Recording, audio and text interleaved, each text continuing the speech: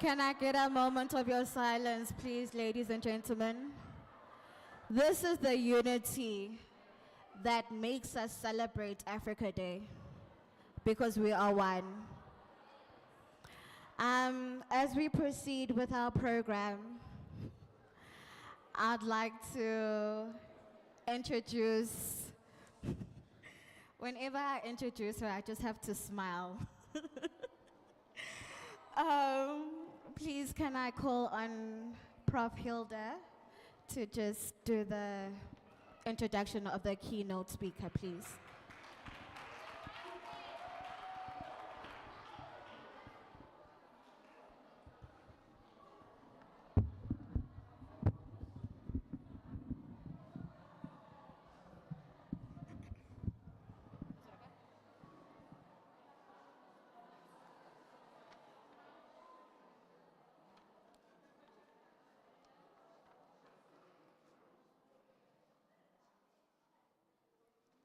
The Deputy Vice-Chancellor, our guest of honor, Professor Muchie,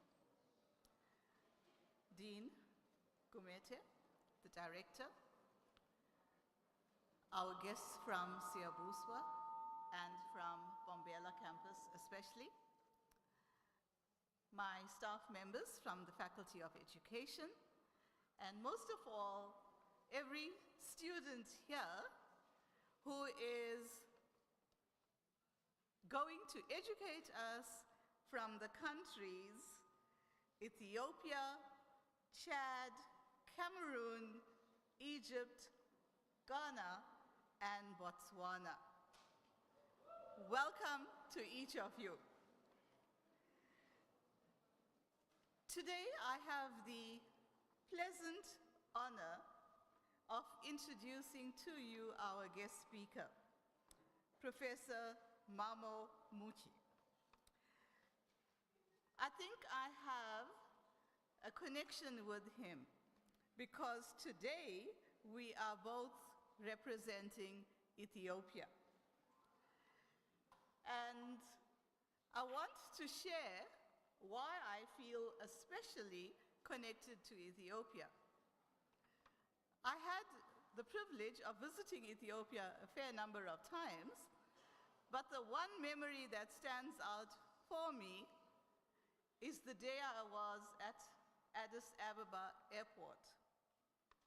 And here I was, my bag checked in, all set to leave for Johannesburg, when I saw this magnificent dress on a model at the airport. And I decided I want to buy that dress. Needless to say, they would not accept my card, but they wanted cash. And the lady said to me, "Go downstairs, there's a cash machine there, an ATM." And so I rushed down, put my card in, got the Ethiopian currency out, and then realized that the machine had swallowed my card. Well, to cut a long story short, the plane left without me. My bag landed in Johannesburg. I had the currency, I had no card, but I'm happy to say I have the dress.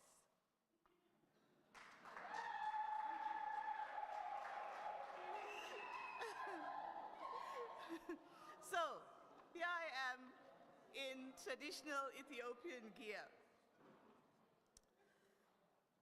On a more serious note, Professor Mammo is a renowned scholar, an expert in innovation studies, technology management, and development economics. He is currently a distinguished professor at the Tshwane University of Technology in South Africa, and has held various academic positions globally. His research focuses on the intersection of innovation, technology, and sustainable development, particularly in the context of Africa and the Global South. Professor Mammo has published extensively, I was reading his profile, and he has over 450 publications.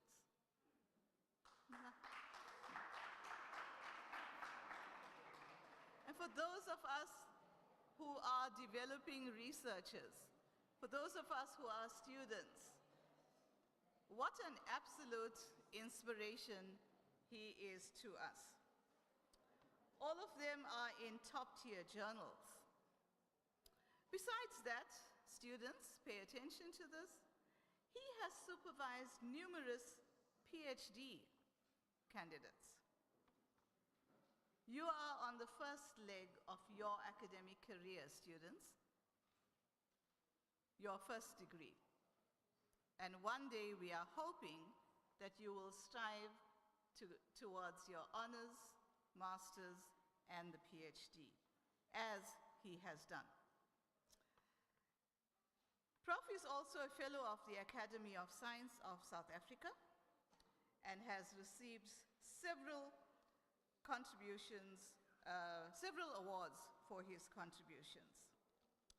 Today, I want to say to Professor Muchie, we salute you, sir. We welcome you to Siyabuswa campus, and the staff and the students here look forward to your speech, your talk, your inspiration to us in our academic careers. Thank you.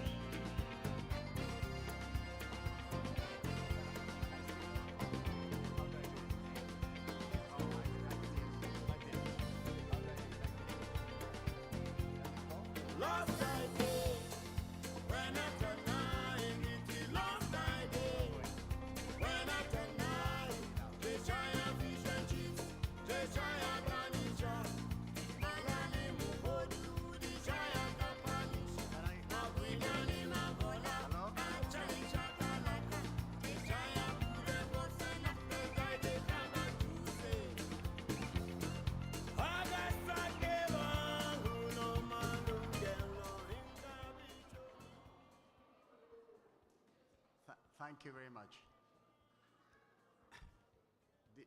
I must appreciate and thank you very much, you and the University of Mpumalanga.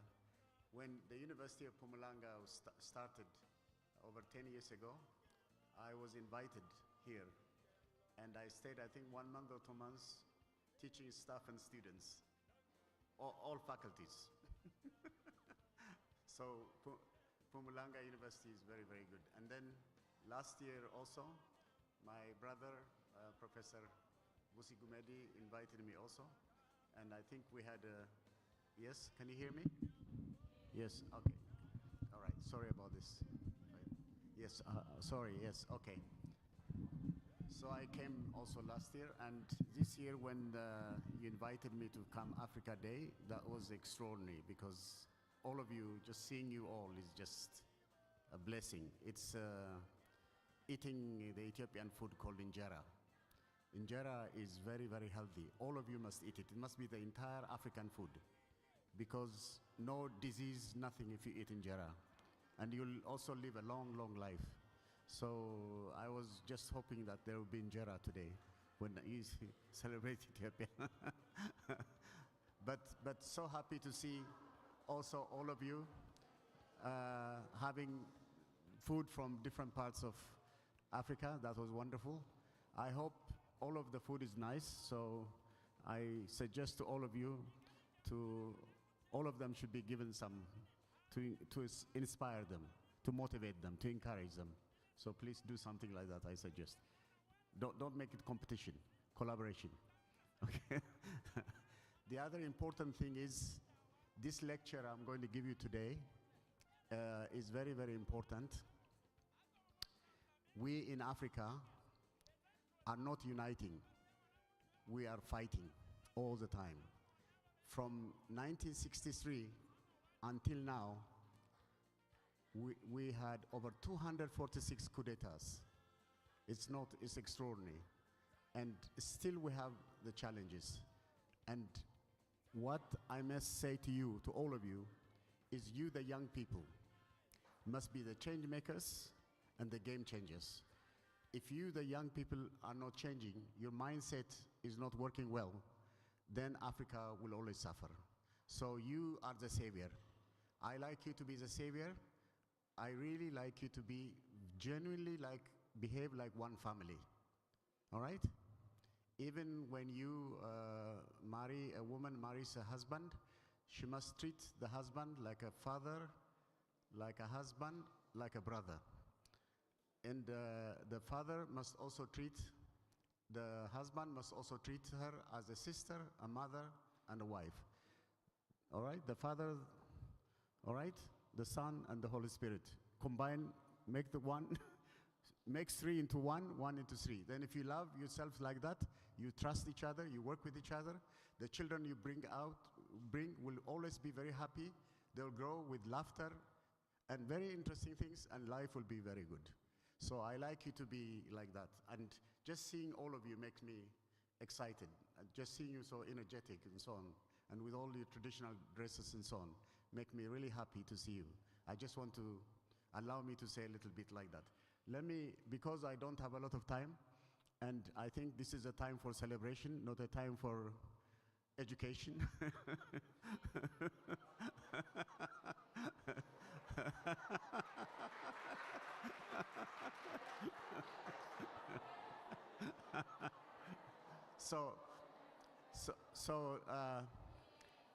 I think I'll try to finish my lecture with a small poem for you, but let me go through it. Make African unity a reality, not fighting a reality. Let us all collaborate as one human family to end the disunity with no more delay. The greatest philosophy in the world is Ubuntu. You are me, I am you. There's an I in you, there is a you in I. It came from South Africa. Amazing. Can you imagine what we have done? I'll let you know later. We now created a new university. It's called Osiri University. I've sent it to you. I want all of you also to join it, in fact. It's online now, we're doing it, and it's tuition free because it's Ubuntu, it must be free for all the students. And it took us a long time to do it. Unfortunately, we registered it in America, in Lincoln, Nebraska. But ultimately, it will come to Africa, no doubt about that. But the key thing is the value. The serious value we are using is Ubuntu, meaning our African philosophy, our African tradition. All these things must be our African indigenous knowledge. Everything has to be revived, excavated, all right, used, and even put in the education system. So the entire education system, we want to even transform it and re-educate ourselves. Things like that we're going to do. And where did we get this value and this ancestral knowledge? From South Africa. So we're even creating a new university with South Africa's, for what was created from South Africa. It's amazing. So I think let's think about that to you. So let me just go, yes. I start with an inspiration. Africa is the originator of humans, knowledge, and civilization. We need to also have crisis in leadership, institutions, governance, and systems. We have rich resources, but we are poor. No African should be poor. The resources we have is incredible. The DRC Congo, Frantz Fanon called the DRC Congo the heart of Africa, has resources estimated to 24 trillion. That's the combined gross national product of all of Europe and America. Why do we Why is fighting going on in DRC Congo? Eastern Congo, there's war going on. Millions are dying. Why is all this? Why are the French, the Belgians, and others are involved, the foreigners, and also our own local areas also involved, still continuing to fight? We are rich resources. We should create what is called the African Sovereign Wealth Fund to make all of you millionaires. You can be. I'll tell you a little bit how Norway got a little oil in 1996. With that little oil they debated for 1 year. What should we do with the oil? Should we give it to the state? They said no. Should we give it to the companies? No. To the people of Norway? Yes. Then what happened? They created the Sovereign Wealth Fund. That fund now, for the health, for the education, their children, everything, they use it, and almost everybody is rich. When I go to universities, they invite me most of the time. When I go there, when I go to a restaurant, I say, let me pay. What's the matter with you, Mammo? We are so rich. We need to look after you. We can give you money if you want. This is what they say to me. I swear to you. I mean, we should be the ones to say that in Africa. We have so much. South Africa has 16 minerals. You have trillions. What don't you have in South Africa? It's a beautiful country. It's got many things. You're all nice people, everything. And I'm lucky, as you mentioned, over hundreds of PhDs I made of South Africans. I'm so proud. Even this year I made 7 of them to graduate. That makes me so happy when I see, that's my best salary. When I see you graduating, I feel happy. When you give me money, I'm not sure. So I hope you can educate all of you, to support each other, help each other. Anyway, we need the Sovereign Wealth Fund. I think this is an important idea and we need to create. And then Osiri University and the Center for Pan-African Studies for decolonizing the education system. We have now, I just told you, we use the Ubuntu philosophy to try, and we are giving funding, free funding, ideas for declaration output for this important conference. I said it, this is not a conference, it's a celebration day. So, concluding remarks. No, just to say, Africa is a treasure trove, not only Benin bronze, coltan from the Democratic Republic of the Congo, diamonds from Botswana. The real unmined gems are African concepts, ideas, values, ways of being, systems of knowledge, and episteme. When I refer to Africa, I mean the sum total of African cultures are sedimental for millennia in philosophies, wisdoms, ways of knowing, ways of being and doing things, as well as of relating to otherness. What I mean is, it is not material things that define Africa. The knowledge area, the philosophy, all the things we should know, we don't know, others have taken. In fact, so many manuscripts from Benin, from Ethiopia, from everywhere. What was not taken from all of us, from South Africa, everywhere, the Western world has taken huge amount of resources from us, the knowledge world. We don't even know that very much. We need also to address this too. So the history of Africa, like the history of mankind as a whole, is really the story of an awakening. That story needs rewriting, for it has been considerably distorted by ignorance and self-interest. The biggest problem we have is self-interest, selfishness, all right? Your pocket and your bank account matters more than serving the people and serving the country. These kind of problems we have, and we need to change that too. Unless we change that paradigm shift, and then mindset shift, then we have a problem. I think, just before I do, if you are a Christian, you go to Jerusalem. If you are a Judaic, you go to Israel. If you are a Muslim, you go to Mecca, Medina. If you are Buddhist, you go to Asia. If you are to know independence, you go to Ethiopia's Africa. If you want to know the genius of geniuses, you go for Imhotep, a true African. I don't know how many of you know about Imhotep. He's the genius of geniuses on every sphere of knowledge, architecture, medicine, astronomy, everything, mathematics. In every sphere, he had extraordinary knowledge. And he was African. Can I just tell you what the Europeans say? The person who created this kind of knowledge cannot be African. That's what they say.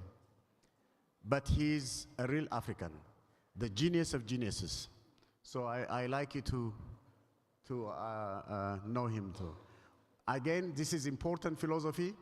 Ubuntu is built on the philosophy there is an I in you and there is a you in I.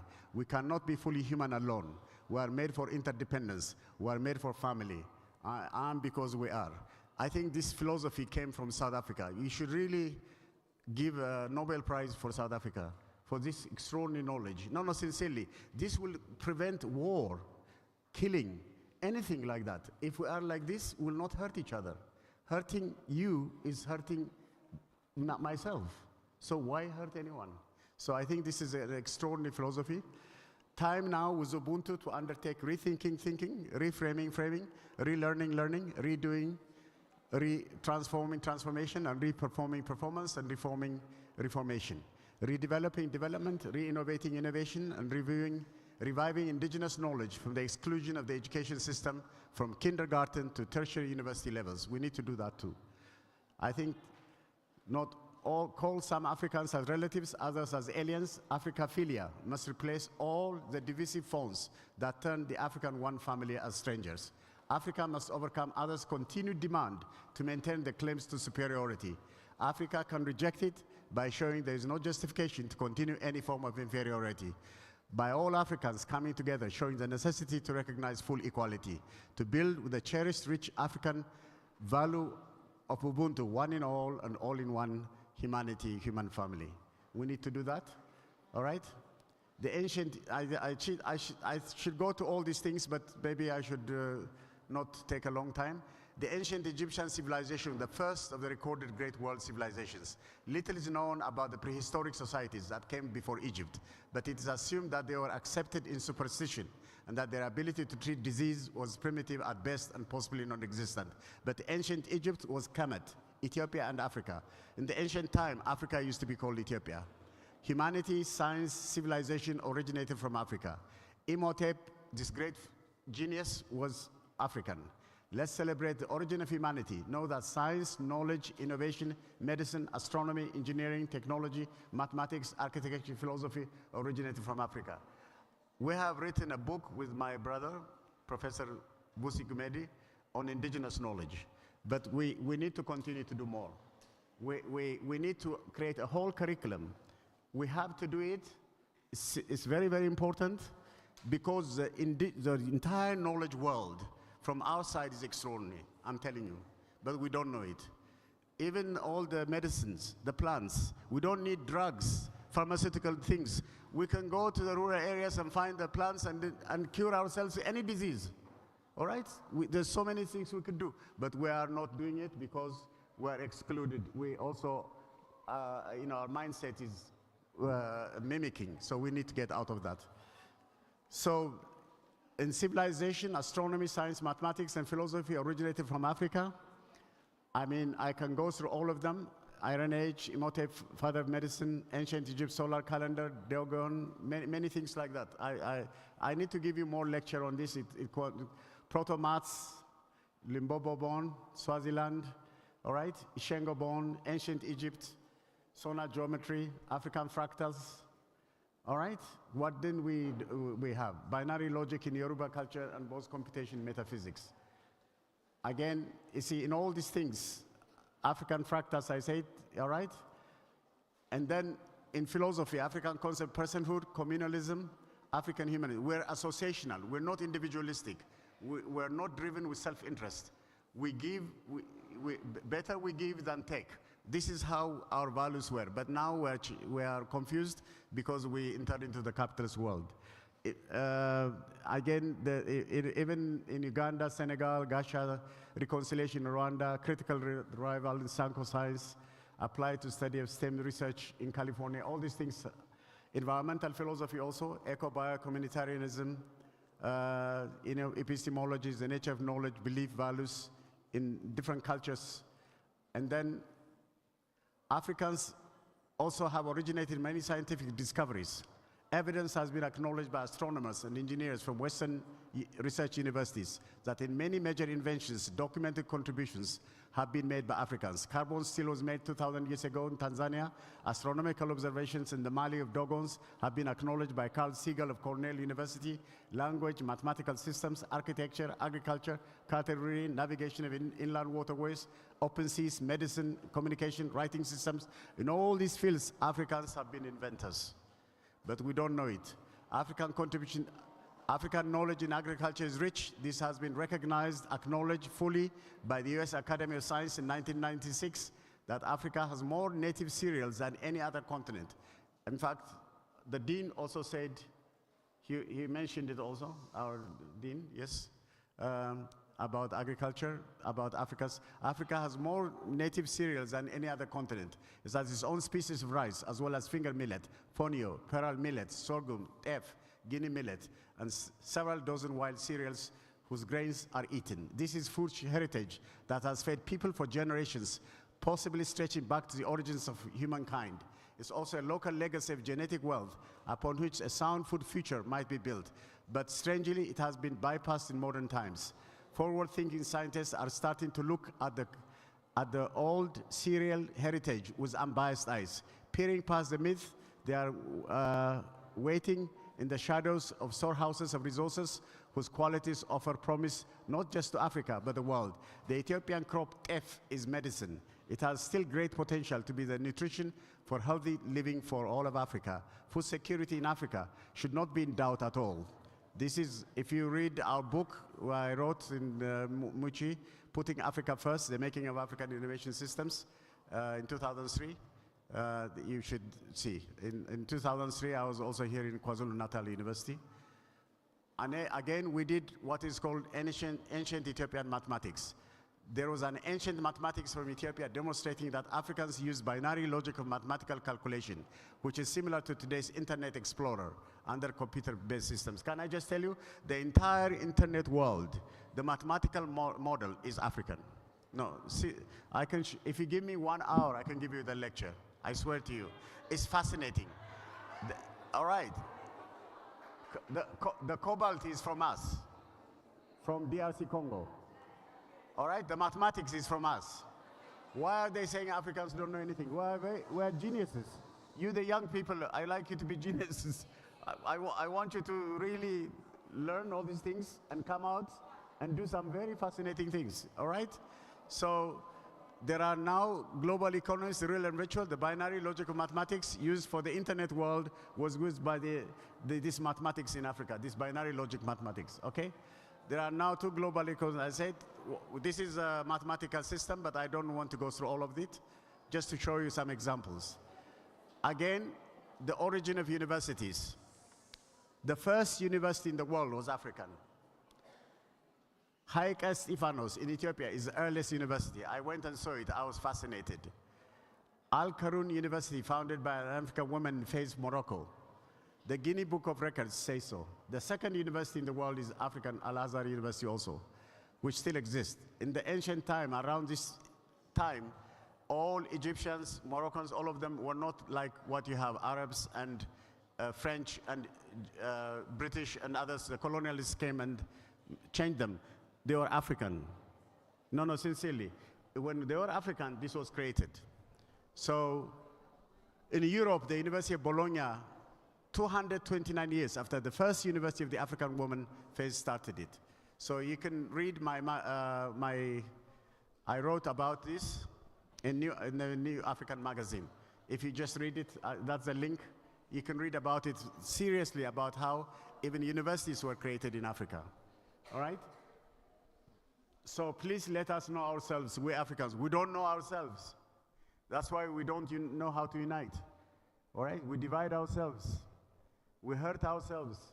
Please, please, please, let's not do that. Let's love ourselves, support each other, make us really strong so that we can make a big difference for Africa. Africa should really be, superstar in every sphere. It should be, the potential is there, the people are there, everything is there. Look, why China 1.4 billion people, there's no poor people in China. 2021, poverty was abolished. Why shouldn't we also abolish it in Africa? Let all Africans know the genius of geniuses was Imhotep. African ancestors have left all the knowledge and spiritual heritage. Africans must all build their future with pride and dignity, learning the rich knowledge and spiritual heritage they have not learned. Save the world with Ubuntu. With a deep heritage, Africa can save the world with Ubuntu, with South Africa, our ancestors. We should really respect them. With a deep heritage to make all humanity with peace and security by valuing people and nature, well-being, safety in one world community. Let's act locally, think globally. That's all of you, the young people, you should do that. With the health, security of hope, always and forever. Know all of you can be geniuses like Imhotep, make him alive by you, also being the modern day African creators, inventors, and innovators too. Please do that, yes? So let's listen to this important message. Do not unite Africa, not divide. This is from Kwame Nkrumah and others, but let me just not go through all of them. Again, this is a very important message that Kwame Nkrumah did. All right, let's re-educate ourselves to be genuine African citizens in the United States of Africa. How to understand, explain the value chain of our human life from birth to death. How to create true knowledge of human well-being and nature safety. How to discover what is acceptable as good or reject as not good, knowing what is right and what's wrong.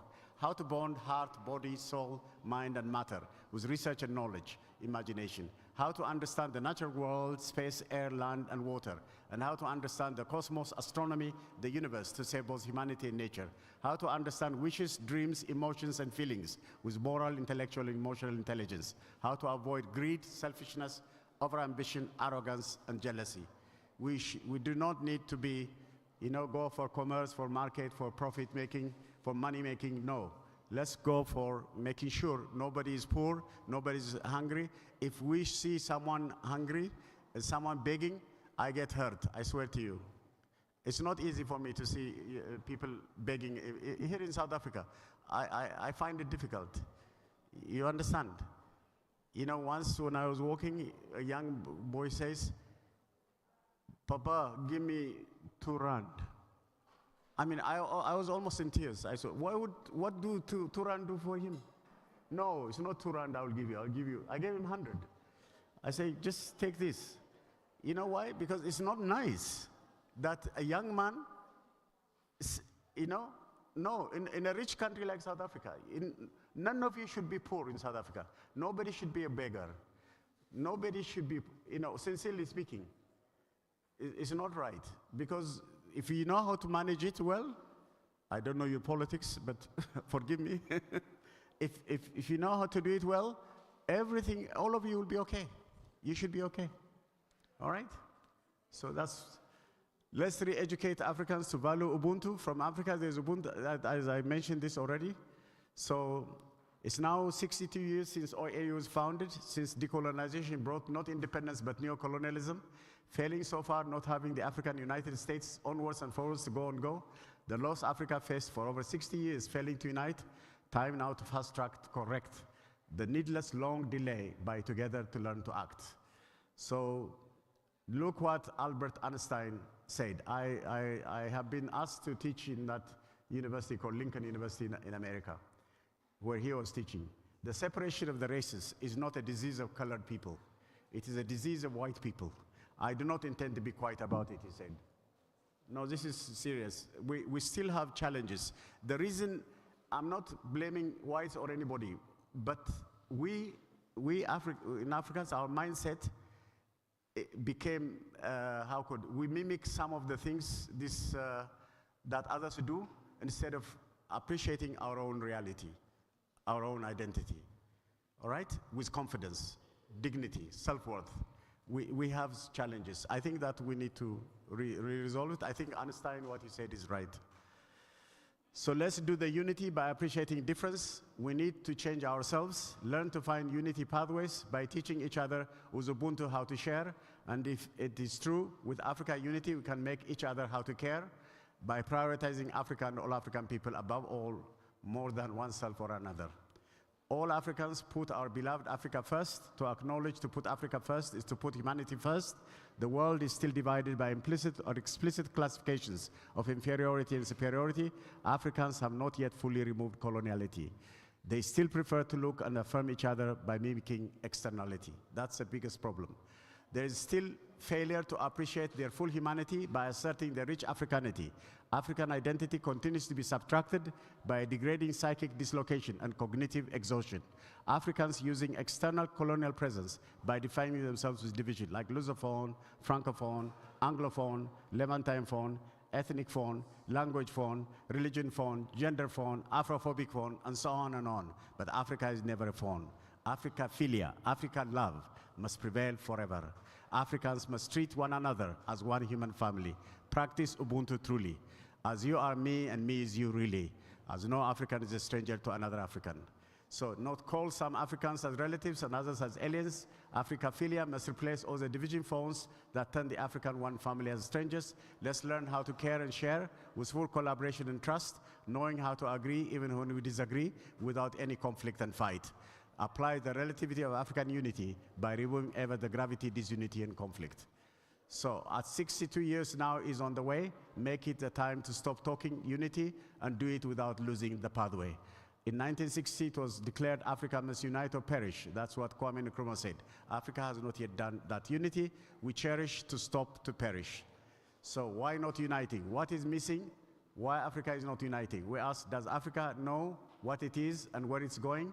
Let these 62 years be a moment for Africa to resolve, to fully use Osiri University Center for Pan-African Studies. We also created a Center for Pan-African Studies. I think it's a very interesting center. I need to connect to you, all of you. You need to get to know it. I'll send you some programs whenever we start doing it. We're starting in next month. So to fully use Osiri University and the Center for African Studies on all our problems to get only Africans without excluding others to solve. We also have assist to think globally and act locally to build South-South enduring relations. So unity is essential, never again for Africa to fall behind. Africa uniting is colonial divide and rule ending, and truly humanity as a whole and everywhere benefiting. Challenging others' continued demand to maintain their claims to superiority by undermining Africanity will stop. All Africans must be one human family. Africa can reject it by showing there is no justification to continue any form of inferiority. By all Africans coming together, showing the necessity to recognize full equality, to build a cherished philosophy of Ubuntu, one in all and all in one, all Africans as one family and humanity. Putting Africa first is to put humanity first, teaching them once and for all to stop continuing to exploit Africa by using inferiority. Putting Africa first is thus the road for Africa to unite on equal terms all humanity. Let's use Osiri University and the Center for Pan-African Studies we just formed to create the African Renaissance and unity, not to talk, but as the truest reality to make it. So Africa youth, you the youth, must become change makers, game changers, retaining this division for a long time, making Africa to continue being vulnerable, exploited, penetrable. We call Africans younger generation. I'm appealing to all of you. Are you listening to me? Yes. I want you to stand up and say, we will fight for Africa. Can you please do that? I love that.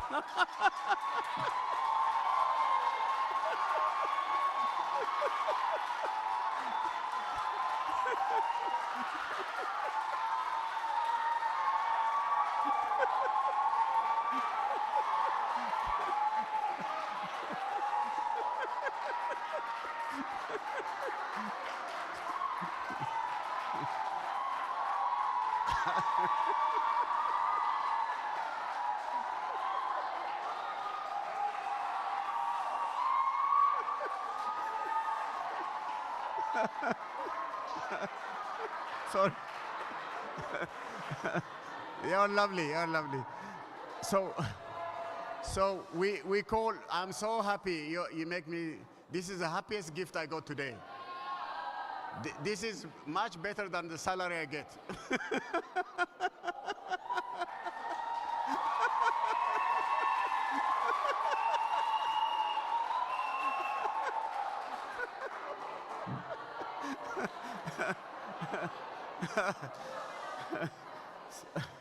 So we call Africa's younger generation to stand up against this gross degradation and make African unity as a grand job to be done with commitment and inspiration. The youth in Africa, the data I have is almost over 70% of the population is young people. Since the young people, if you don't change, will be in trouble. So we must work very hard with you and change you the best we can. I feel happy that I came to South Africa, because I came to South Africa, I was in Europe and America, they will give me better salary, everything, but I said, no, I've had enough of Europe, I must come to Africa. And I came, and then which one did I choose? South Africa. Why? I was in jail for you in America. You know, when America was supporting apartheid, we fought. We were in a strike. My hair was like this. I don't know why the police took me. For 17 days, they put me in jail. I had to plead nolle contendere. I cannot say I'm guilty, I'm not. Then they put me suspended, sentenced 6 months. Then I went back to Columbia University. The dean saw your grade is good. What's the matter with you? Why are you in this situation? I think the reason is because you are alone. You have no family here. Let me take you, New Haven, Connecticut, every weekend he used to take me to his house. He said, let me look after you because you're bright, we're serious. What's the matter with you? That kind of thing. This is what happened to us. But we fought apartheid, seriously. We're very, when Martin Luther King, they killed him in 1968 when I went, I was crying. Things like that, yeah? So let me just finish, sorry. I took a long time. Yes? Okay. Never go for inferiorizing or superiorizing. Go for African unity to spur global humanizing. Whenever you see inferiorizing, superiorizing, let all Africans learn to use the cognitive and epistemic vice tool for rejecting by adding virtue ethics along with epistemic virtue testing. So African unity is a must. Recognizing from the heart the work we all do to unite Africa is a must. Let us all strive and go always for the best of the best. Let all of us Africans apply our moral, emotional, intellectual intelligence to continue to shine, remain always bright, spiritually and humanly genuine. So build African unity by appreciating difference, celebrating oneness. Let's do the unity by appreciating difference. We need to change ourselves to celebrate all as one humanity by appreciating our differences. Learn to find the human unity pathways by removing the existing numerous and varied divisive pathways, by teaching each other with Africa's Ubuntu philosophy how to learn to share. And it is true, as one human family, all humanity can make each other learn and value how to care. By prioritizing our one human African identity to cherish above all else one another and always and ever. So let the African spirit glow. Let our spirit glow to give inferiorizing Africa and superiorizing others a big blow. Let all Africans united remain blessed, safe, sound, and keep strong, never failing to participate to remove all standing against uniting Africa in the world, rejecting it as malice and wrong. So Africa is rich knowledge. It has rich knowledge, rich resources. Do the African unity innovation to stop others to take all the wealth and indigenous, but others take our resources. For over 65% of the reserves of 14 African countries is in laissez-passer. It goes with the French banks. When the countries take their own money, they pay interest. Can you imagine? They are more colonized by France than when they are formerly colonized by France now. Make all Africans to own Africa's rich resources with the African sovereign wealth. Let the divisive politics end and the politics that unites Africa prevail. Public service and not public masters is what leadership for Africa requires. For those who take and steal Africa's wealth by collaborating with the foreign actors, but those who give, like Thomas Sankara, to the people, the well-being and the health of the people and nature must become the priority. Systems, governance, institutions, leadership must be managed with honesty, sincerity, humility, and integrity, and moral, intellectual, emotional intelligence, purity and intelligence. Let Africans unite to solve any crisis by turning it into opportunity. Let Africans move from the physical world to the digital world and into the knowledge economy with a smart, integrated, and green, innovative Africa. Let Africans also try to develop sovereign wealth fund to make the people own the rich African wealth that still continues to be exploited by those who are not Africans, except those who collaborate with the external exporters of Africa. No need to depend on loans, aid, and debt. Better to undertake all transformation and production by engaging all the people in Africa to address all challenges to solve all problems. The African Sovereign Wealth Fund is too late. It is essential. And with the Africa Union, it must be Africa Day's celebration by doing it a reality. Can you do that?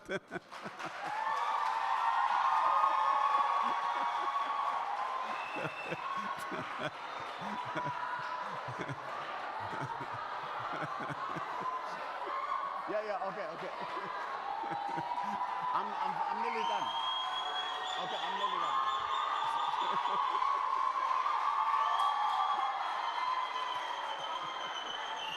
Okay, I'm nearly done.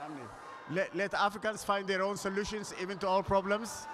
Let Africans convert any crisis into an opportunity. Africa desperately needs effective systems, institutions, governance, and leadership.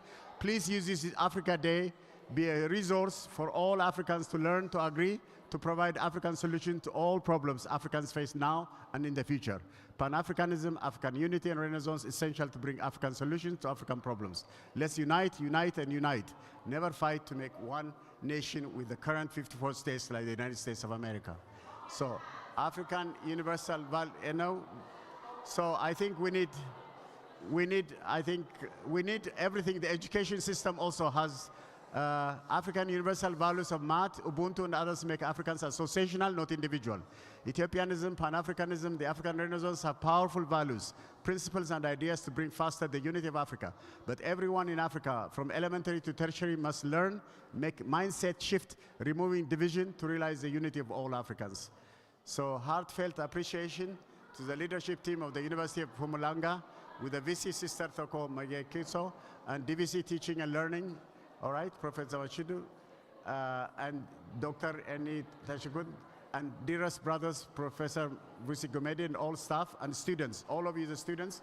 I had the opportunity when the university was founded to join and engage with the staff and students and believe the university will achieve high rating in the course of time. Thank you very much. All right.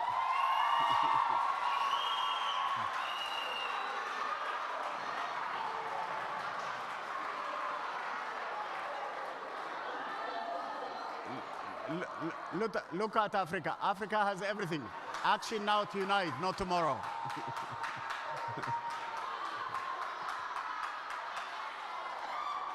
Let all the people in the Africa learn to be one united community. Let all learn how to care and share with full collaboration and trust, knowing how to agree even when disagreeing without any conflict and fight, applying a dialogue culture, applies the relativity of the speed of light square for the conflict management control by removing ever the gravity burden of disunity and wars, coast and all. Let's build the one in all and all in one African family now, not tomorrow. Thank you very much.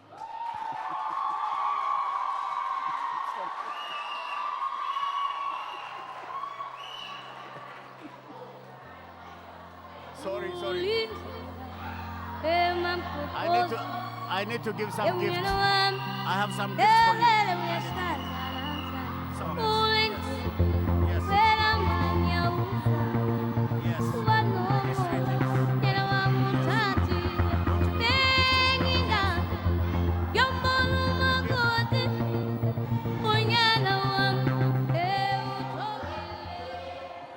I am going. All right. Okay, thank you. Thank you. Namhlanje siyashatisa. Thank you. Professor Dabana Masalestere will come and give a gift to the guest speaker. And we shall continue with the song after that. Thank you.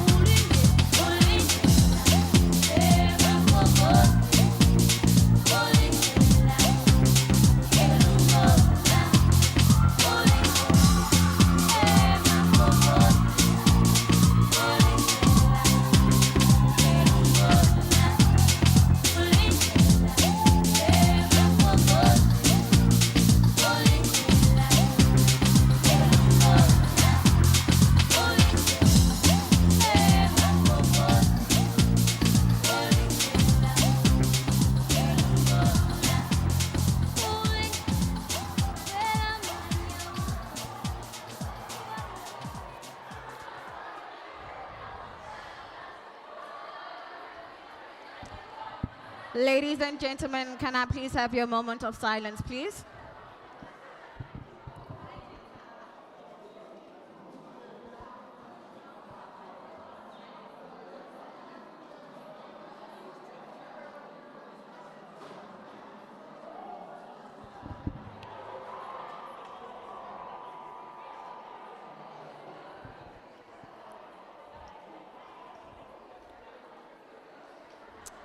Can I have your moment of silence, please?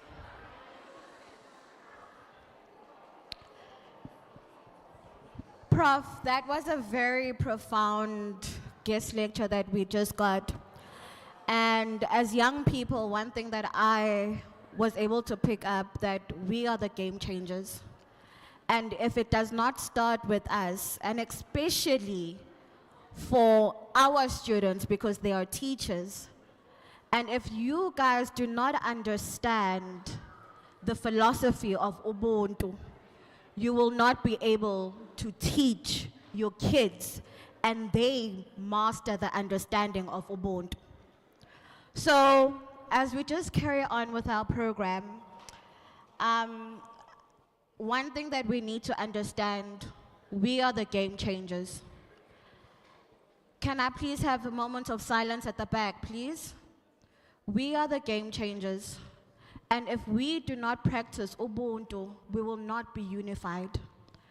And people will come and they will divide us. So as Africans, let's stand united and understanding the philosophy of Ubuntu. I am because you are.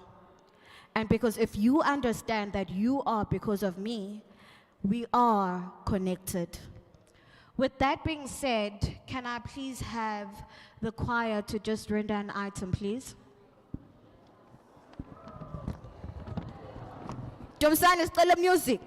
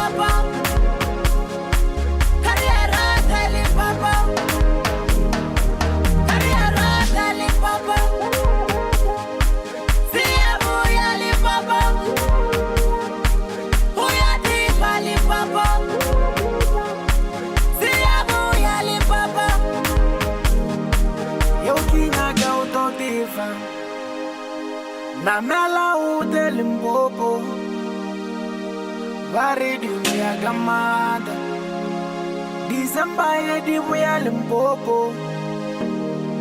Batu mufunu bumnandi, Kibela uze Limpopo, Siyawas ya penduga, Gekozo gotoga, Sonke silala.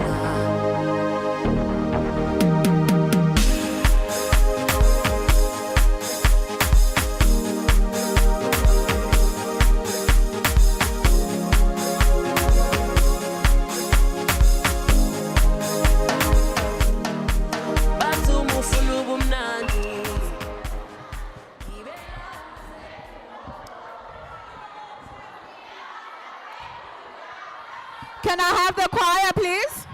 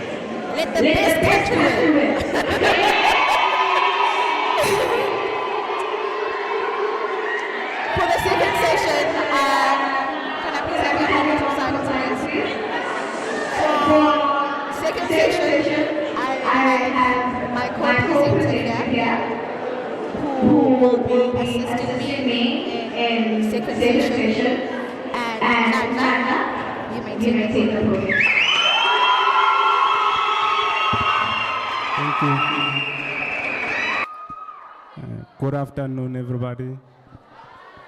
Well, she has already said, my name is Nhlanhla, surname is Malulega, and I'm very much thankful to be in front of all of you here today. Beginning the session, I'd like to thank our parents. Yes, I'd like to thank our parents. They are our parents. I'm sorry, guys. I'd like to thank our parents as I begin this session, because as we are in this campus, they are our elders, they are our parents. If I say parents, I'm including everybody, even the cameramen that are present here today. I'd also like to thank you, guys. You look beautiful. You look beautiful. Washem. Namunta. You guys look beautiful. So, as our professor here was saying good speeches, Ubuntu, guys, Ubuntu is the key word to a speech that you are saying here today. Regarding, in reference to speech, I'd like to say that the thing begins in who you are, how you treat other people better. It starts by you treating yourself better. So, what am I saying by this? You guarding your heart will help you with ube nobuntu. I hope you understand me.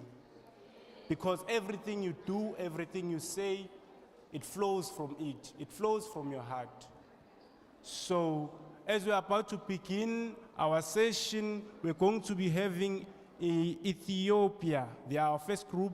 Ethiopia, I hope you are ready, because you are the ones who are beginning. Thank you. Can you please give them a round of applause?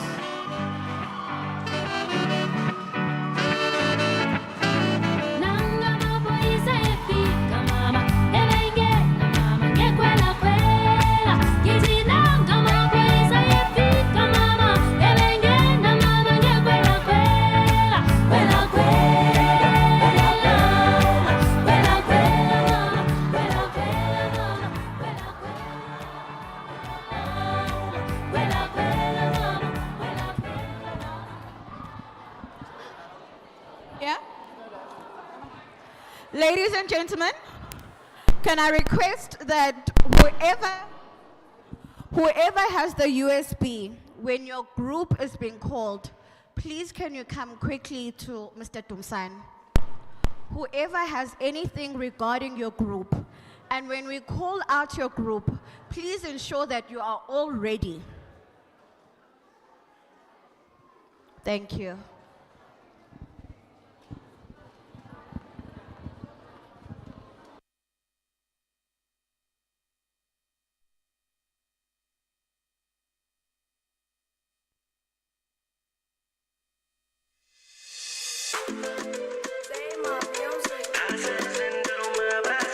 Zendero kedero mabasa, ase zendero mabasa.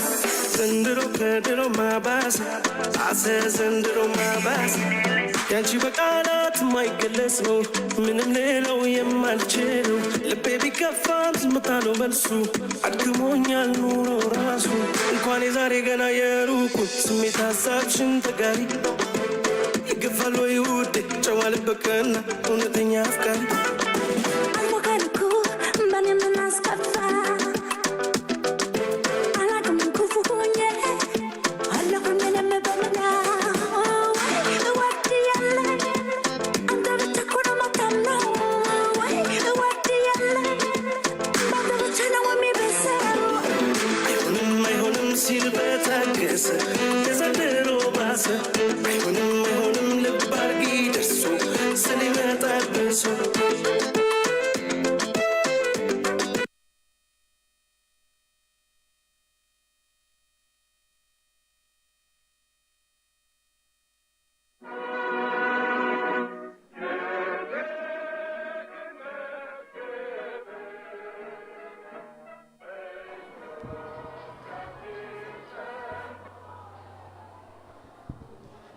Salam. Ladies and gentlemen, please receive my humble greetings. My name is Cassandra Ntsimbini, and I'll be sharing with you the wonderful presentation of our country, Ethiopia, titled A Tapestry of History, Culture, and Diversity. Now you might be wondering where Ethiopia is located. Ethiopia is one of Africa's most fascinating and historical rich nations. It is nestled in the Horn of Africa.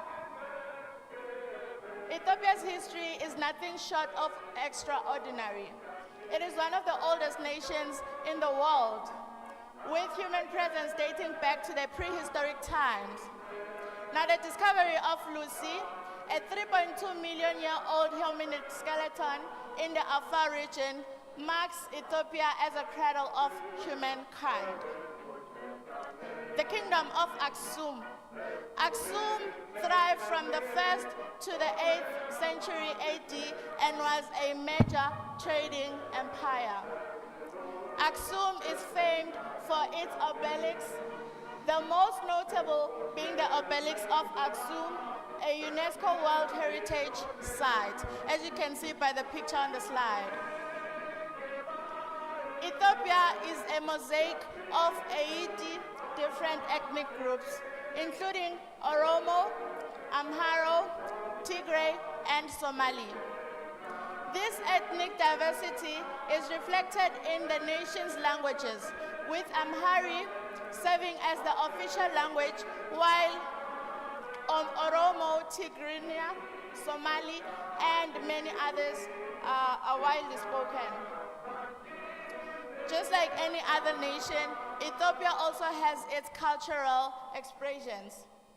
Ethiopian culture is deeply embedded in everyday life and manifests through their through their music, dance, and artistic expressions. Traditional dances such as eskista involve intricate shoulder movements and are performed during celebrations and festivals. These dances are not just entertainment, but a way to preserve and pass down cultural heritage. Ethiopian cuisine is renowned for its bold flavors and communal dining. Injera, a spongy sourdough flatbread made from teff flour, is the centerpiece of most meals. It is typically served with an array of stews known as wats, which are made from meat, lentils, vegetables, and spices. Another popular dish is dorowat, a spicy chicken stew which is often accompanied by hard-boiled eggs. Ethiopia has a coffee ceremony. The ritual of coffee drinking, or buna, is a significant cultural tradition in Ethiopia. Coffee, believed to have originated in the Ethiopian region of Kafar, is prepared in a ceremonial manner that involves roasting, grinding, and brewing the beans in a traditional pot called hebena. The coffee ceremony is a time for socialization and hospitality, reflecting the importance of community in Ethiopian society. Ethiopia's calendar is filled with so many festivals that reflect the religious and cultural diversity. Timkat, the Ethiopian Orthodox celebration of Epiphany, is one of the most vibrant. It involves processions, prayers, and the reenactment of Christ's baptism in the Jordan River, as you can see in the picture on the slide. Meskel is another significant festival which commemorates the discovery of the true cross by Queen Helena in the 4th century. It is marked by the lighting of bonfires and joyous gatherings. Ethiopia has a unique calendar. It is none like any other calendar you've seen. Ethiopia follows its own ancient calendar, which is approximately 7 to 8 years behind the Gregorian calendar and consists of 13 months. Isn't that wonderful?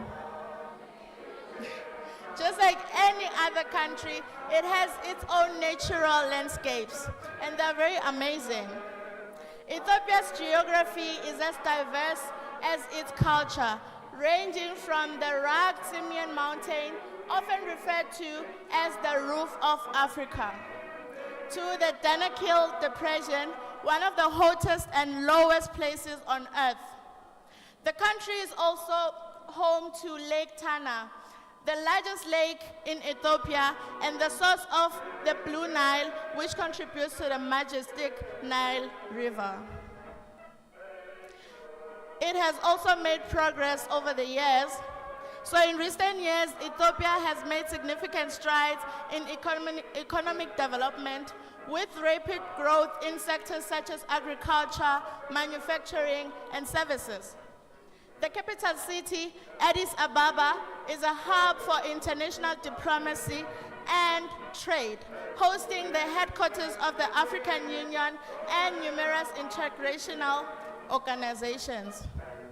Now, as we celebrate Ethiopia, let us remember that this nation's true wealth lies in the unity and diversity of its people, who, through their customs, cuisines, and communal values, offer a profound lesson in beauty of cultural heritage and human connection. Thank you so much for listening.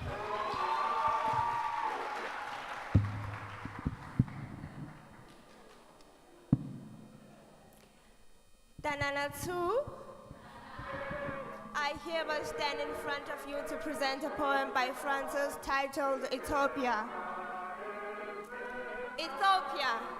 Yes, Ethiopia shall stretch her bleeding hands abroad. Her cry of agony shall reach the burning throne of God. The tyrant's yoke on her neck, his fetters from her soul, the mighty hand of God shall break. Redeemed from dust and freed from chains, her sons shall lift their eyes.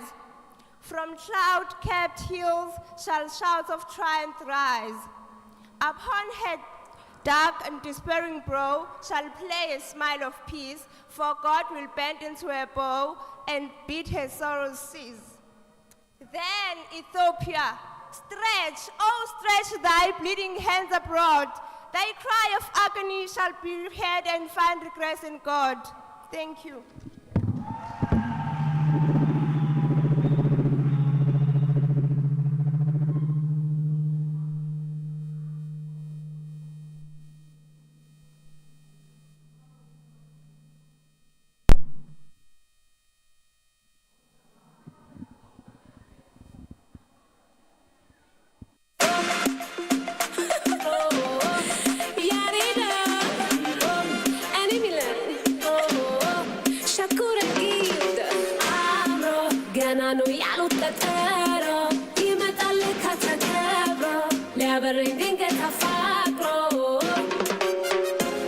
Mekabo, samai madabo, saras tsaliye, kanya ulengiye.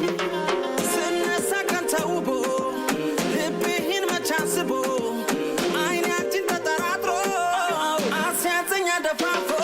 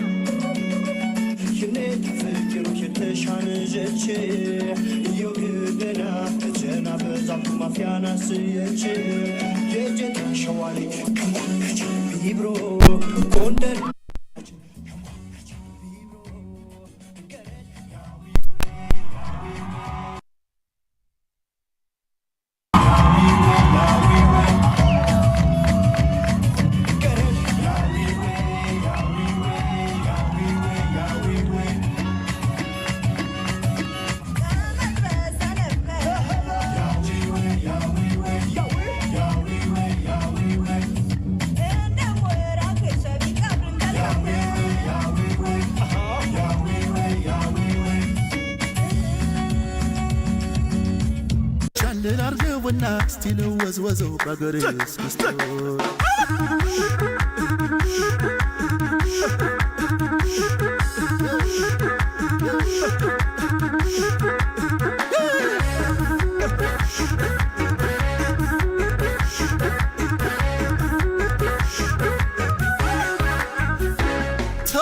ተው ልቤ ቁረጥና ወደ አገር ግባ ተው ልቤ ቁረጥና ወደ አገር ግባ ተው ግባ ነገ ዛሬ ያልከኝ ተው ግባ ተው አታታልለኝ ተው ግባ የሰው አገር ኑሮ ተው ግባ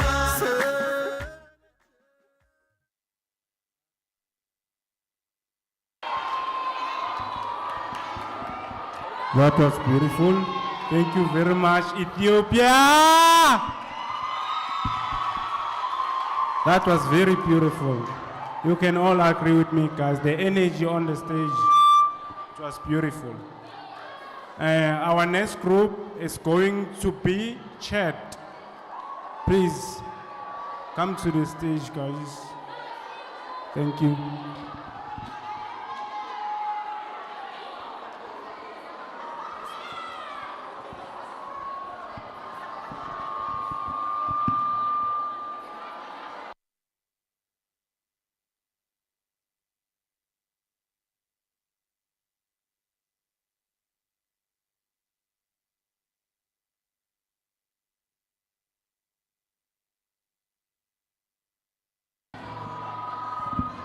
I think we made it clear that if your group is coming to perform, the one that is going to be coordinating the sound or the music must come to the music center.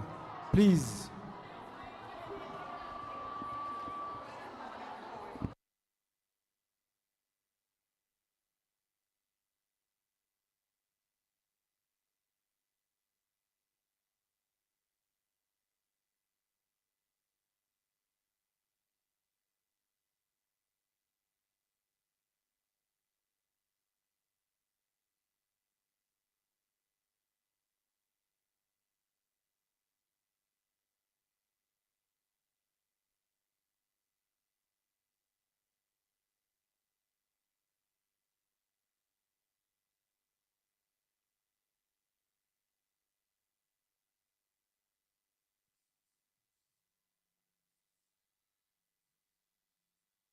It's chat, guys.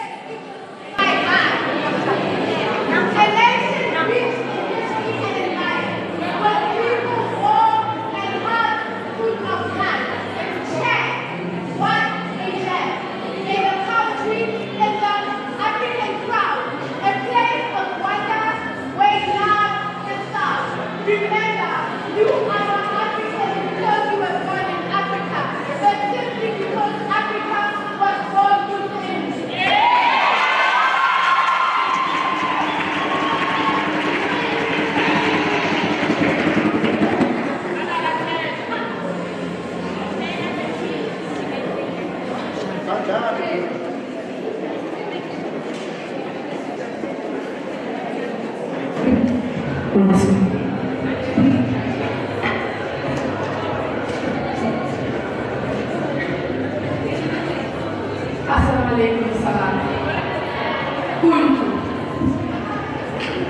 We are Mammo, the city in the heart of Chad.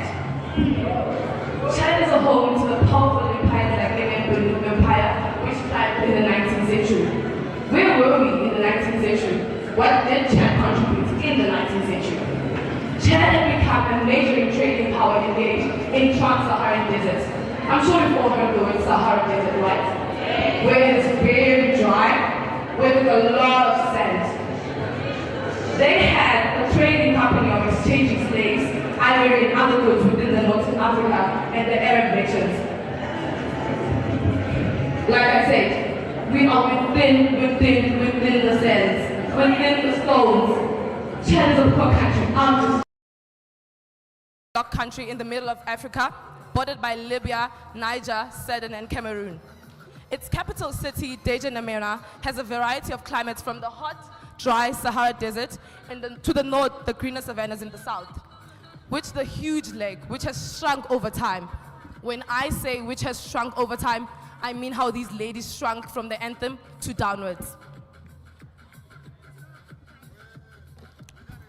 As we all know that our South African country has once had a president named Nelson Mandela, Chad had a president named Idris Deby. I'm not saying Idris Elba from America, guys. I'm saying Idris Deby. He was the president that ruled from 1990 until 2021, of which the country had experienced a very great loss. And as we all know, parents contribute so much to how we handle ourselves. After the king had died, his son took over, and after that, a lot of human rights were proven wrong. With social and cultural fabric, culture of Chad varies from a lot of tribe and fiber. From red to yellow to blue. We are within the colors, I say. Chad has over 200 ethnic groups and 120 languages. Like I said, Kundu, ladies and gentlemen. The largest group is found in the southern region of the country, which involves the Wadabe tribe, or the Wadabe people, who then celebrate the Karawo festival. Chadian people are a distinction of strong communities that support each other in any social aspects they come across. With cuisine, we have something called labule, a porridge made from millets, daraba, which is a stew served with vegetables, and karanji, which is hibis tea served cold. The country is known for its fishing raining from the lake and livestock from cattle and goats. With conclusion, Chad's social and cultural fabric is rich and multi-faced, reflecting its ethnic, cultural, historic, and influenced geographic variety. Despite facing significant challenges, the people of Chad maintain strong cultural traditions and community ties that continue to shape their identity and the way of life. The residents of Mammo thanks you.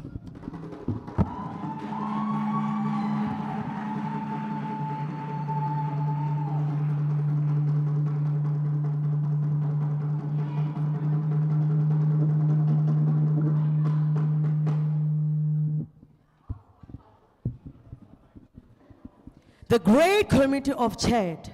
I have been summoned by the king to call out all the villages of Chad to the massive festival that's going to be held in the great palace of the king. It is indeed the festival we've all been waiting for, where both women, married and unmarried, get to choose the man of their dreams. The festival is going to be held on the 23rd of May. So go on, village of Chad, go on and prepare for the festival.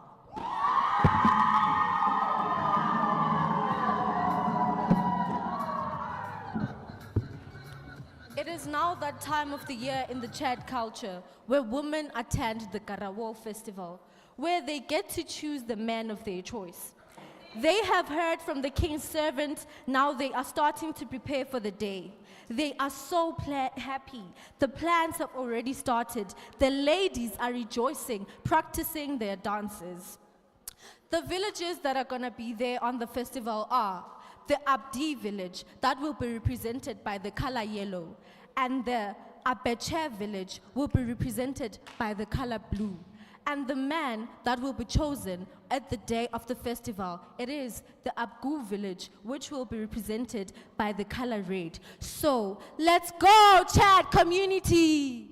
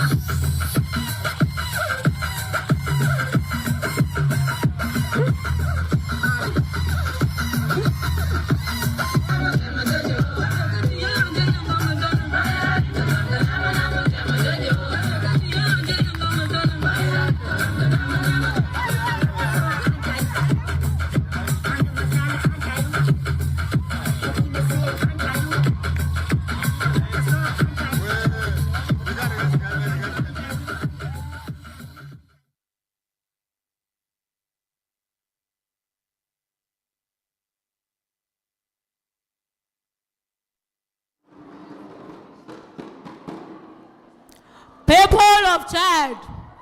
Wow, wow, wow, wow. You ladies are looking very beautiful. Can you give yourselves a round of applause? Gentlemen, you have outdid yourselves as well. Give me some smiles. Wow, wow, wow, wow, wow. Wow. Greetings, my king. My beautiful queen. How are you? DJ, give me some music. I want to show some rich uncle moves. I want to show you people that I can move like nobody's business.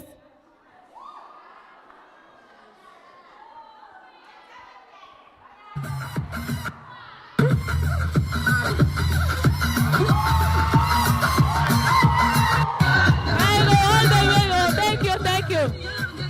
Only if it was back in my days, you people would have seen most of. Now my body cannot allow me to move. My bones are very tired. People standing in front of you is none other than Duna Abdul of the Wadabe tribe. Aren't you excited to finally meet me? Yes, yes, I thought so, yes. We have gathered here as the Wadabe tribe to celebrate the Garawole Festival. People, as you all know the purpose of the day, we have invited all the villages that are present here to give the women and the girls an opportunity to choose the love of their lives. Isn't that so exciting? Yes, yes, yes. I know some of you are wondering, we do that in Chad. And even our married women get to choose their love, the love of their lives again. Isn't that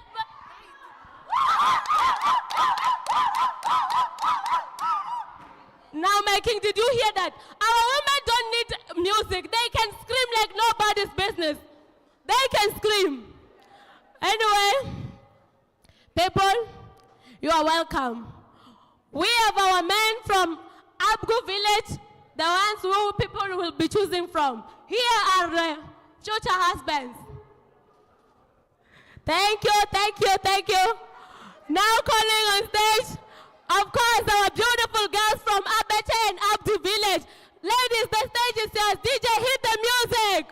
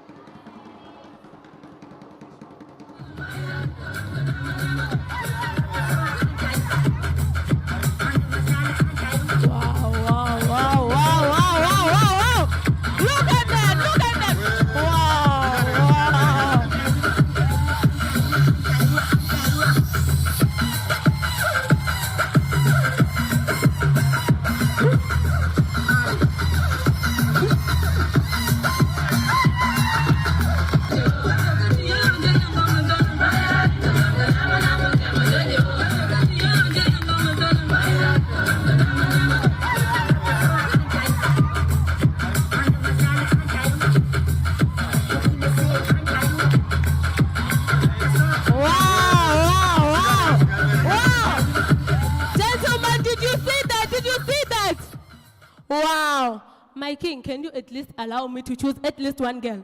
Did you see the lady in there? Wow. How are you, my lady? Duna loves you. Wow. Now introducing, of course, our women from Abacha and Abdi village. Can you give me a moment of silence? Women? Like I said before, they can scream. They can scream. Now we have reached the point where our men will come and showcase their skills.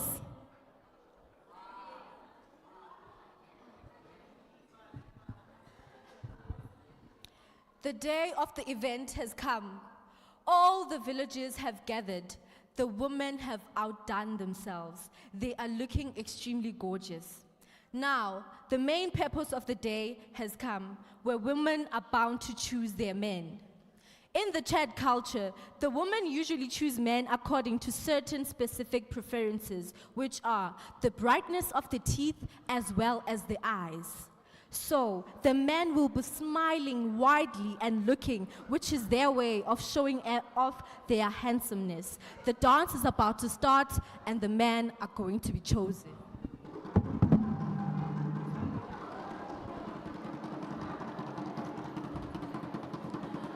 We have finally reached the main purpose of the event. But before we do that, my king, can you show us some moves?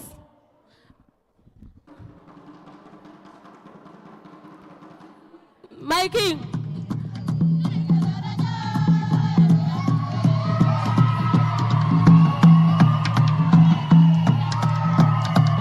Wow. Did you see that the king can move? The king can move. Thank you, DJ, thank you. Now, it is now time for the gentlemen to come and showcase their talent. Bring in your A game. DJ, give them some music.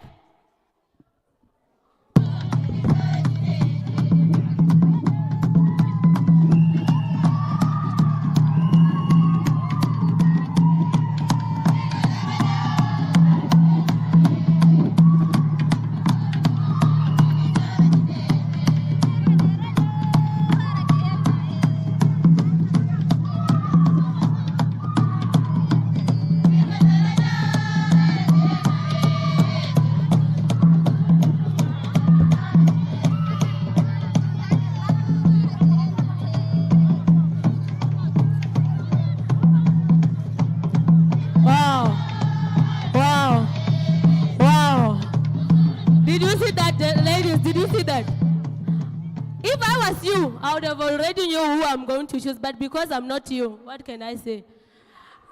Anyway, women, it is now time for you to make your choices. DJ, give them some music while they make their choices. Make a wise one.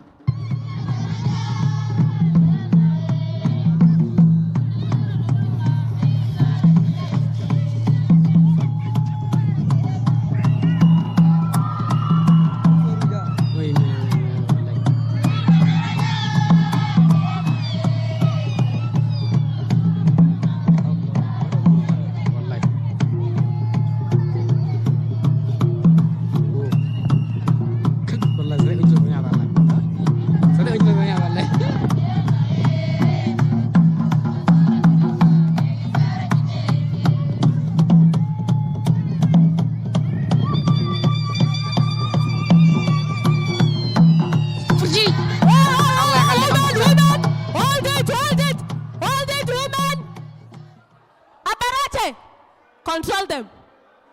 Hold it, women. What is this now? Aparacha, which muti are you using? DJ, give them music while I consult the king.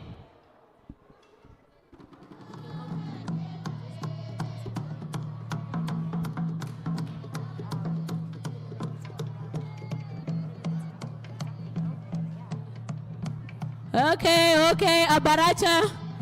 You are a lucky man, I must say, but you are handsome, just that I'm not a lady. Thank you. Aparacha, the king has allowed you to make a choice based on the principles that we look for in a woman. You know our rules. Make a wise choice, Aparacha. DJ, give him music. Ladies, you are allowed to make one last dance and bring in your best moves.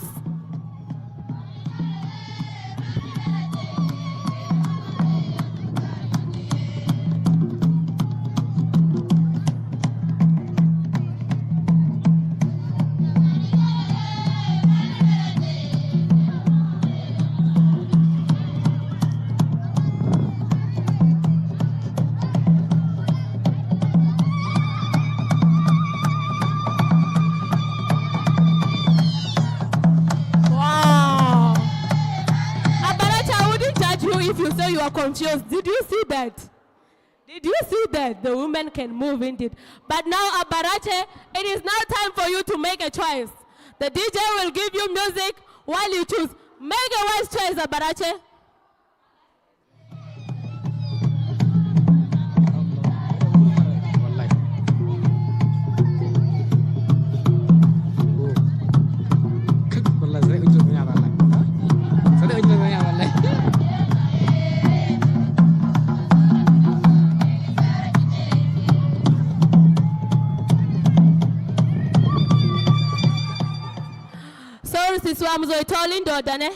Sorry. It is a challenge that I heard from TikTok. I know you guys are surprised. It is a South African challenge. I got it from TikTok.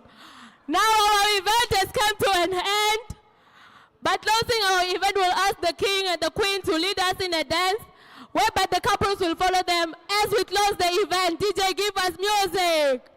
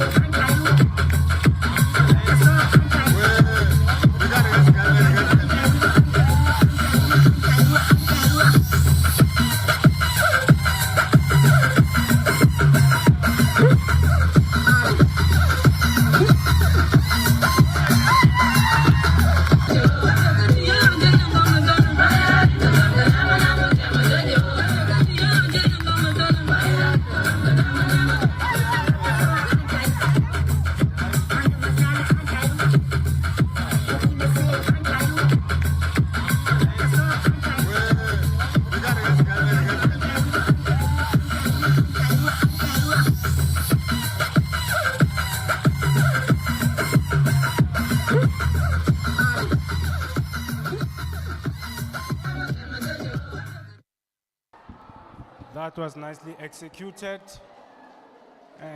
One thing I learned from Chad, can we please have a moment of silence, please?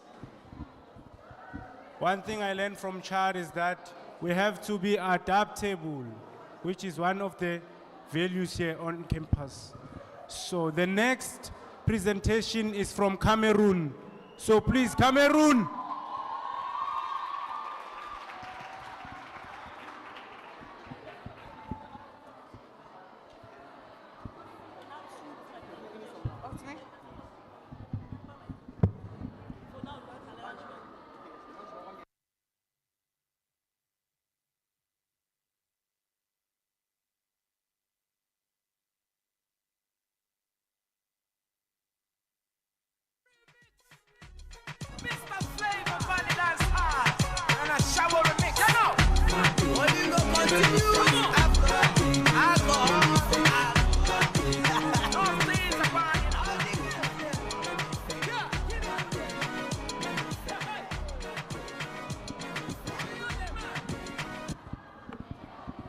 Good afternoon to everyone in here.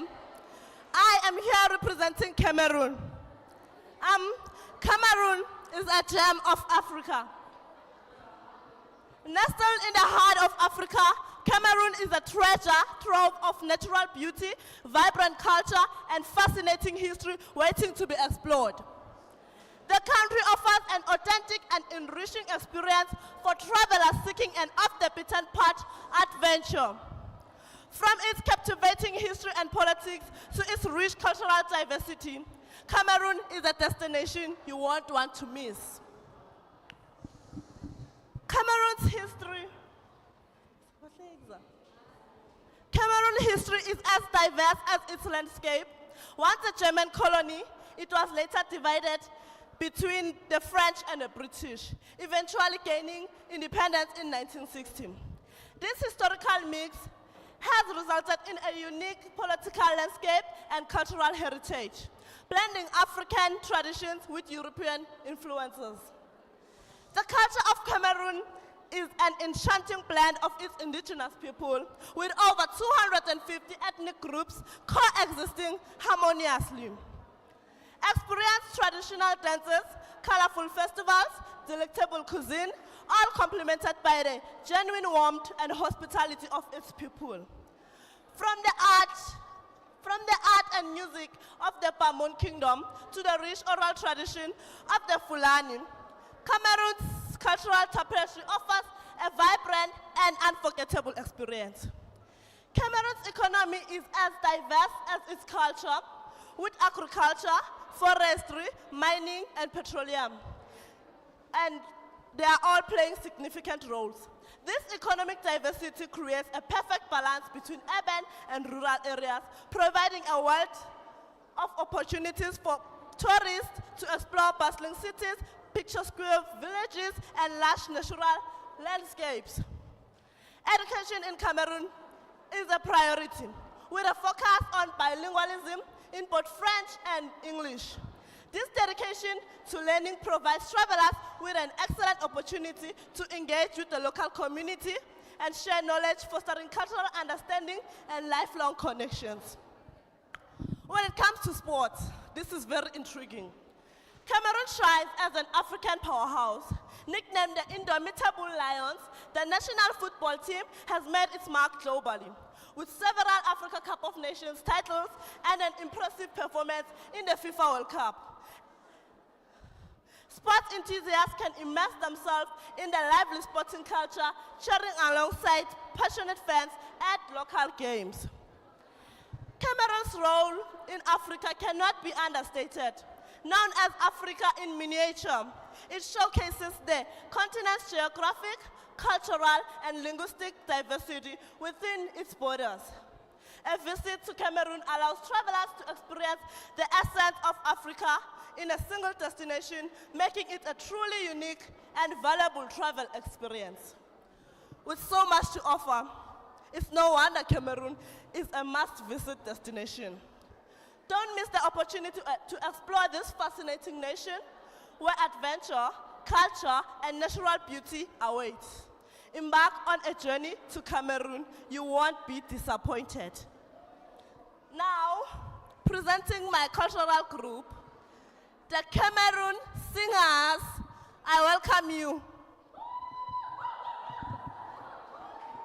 Oh, pardon me. Oh, continue.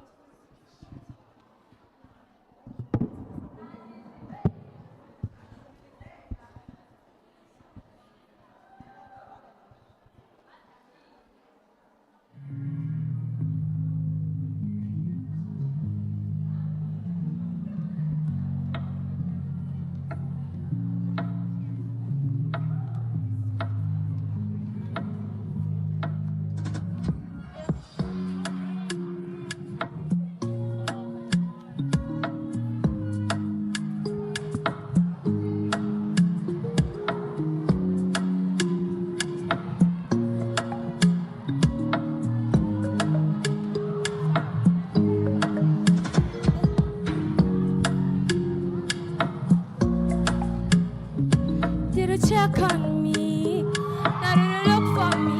I walked in the room, eyes are red, and I don't smoke banga. Did you check on me, now did you look for me? You will notice paranoia, cause I put a smile on your face, that facade you can never face. And if you don't know me well, you will see how buried I am inside my grave. Inside my grave. Cause you'll see people, they don't really know you, they don't really know you. Cause you'll see people, they don't really know you, they don't really know you. I have been drinking more alcohol for the past 5 days. Did you check on me? Now did you look for me? I walked in a room, size are red, and I don't smoke banga. Did you check on me? Now did you notice me? Oh, Holy Father, Holy Father. Oh, Holy Father, Holy Father.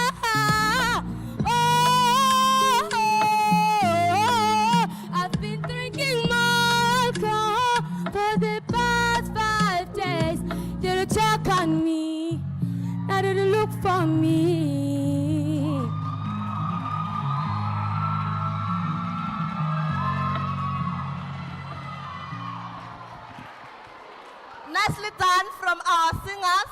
Now, let our poet grace us with her presence. Please help me welcome her.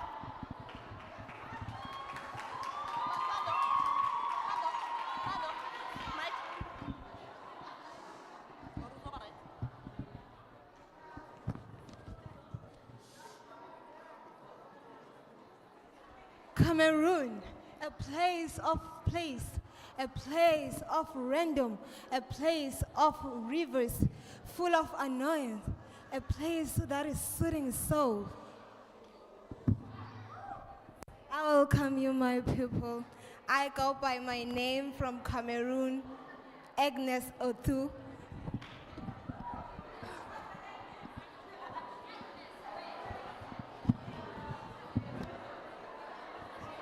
Cameroon, a place of wonders, prodigal rivers, and all that. A place of culture, diversity, where culture is blended and our hearts are free. In Bamenda Hills, culture is strive. In those hills where we find our souls and we seek peace.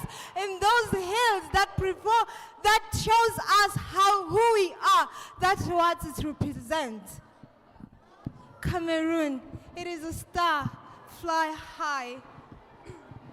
It's a vibrant nation that is able to stand up tall and so proud. It is a vibrant nation that shows who we are. The majestic heights of all the mountains that surrounds the whole Cameroon, down to the sandy soils of Cameroon. Mother Nature didn't know what it is doing in their Cameroon. But I'm not talking about that yet. I'm talking about the land of unity where culture and languages collide. I'm talking about the true definition of African pride. That's what I'm talking about, people. I was born and bred in the roots of Cameroon. I know what I'm talking about. In your beauty sleep, that's where we find our strength. That's the beauty of nature. That's how nature is in Cameroon. In simple words, Cameroon is a shining star. Cameroon is a place of harmony and peace. Merci.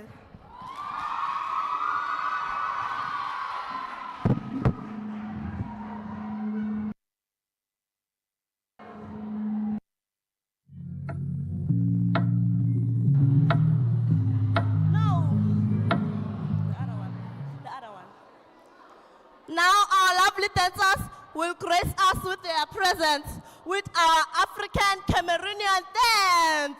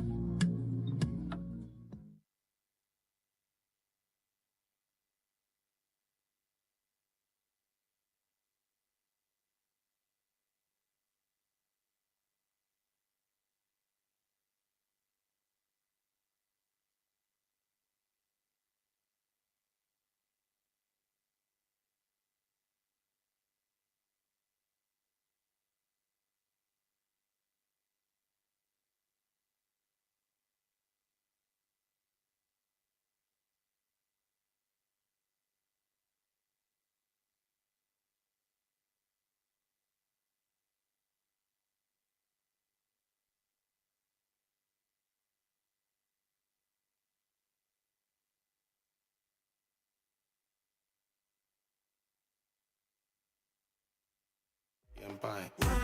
No me let it be. Ibrahim Fama Diabate.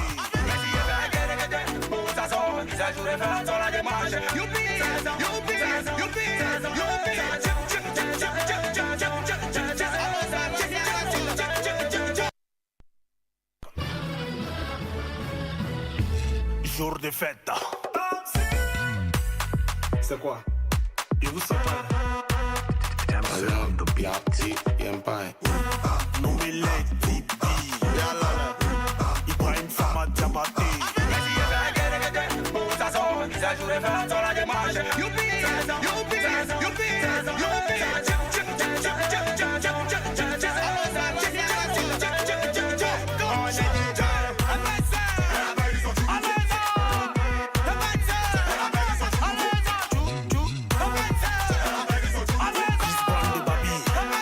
Y'a pas conseil, hein, à lui seulement.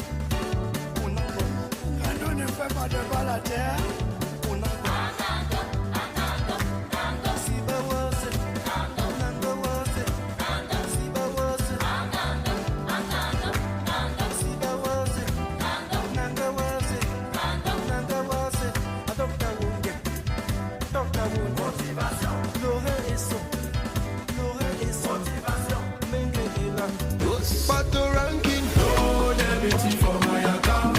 Money go the enter necessity for mouth. No deputy for my account. Pounds and dollars go the flip up and down. Only credit alert, no debit alert. Hope you understand. Only credit alert for BJF bank. No deputy for my account. No deputy for my account. Pounds go the enter necessity for mouth. No deputy for my account. Pounds and dollars go the flip up and down. Only credit alert, no debit alert. Hope you understand. Only credit alert for BJF bank. No debit for my account. Baba God, make them. Thank you so much, Cameroon. Botswana, are you ready? Botswana, are you ready? Can I have Botswana, please?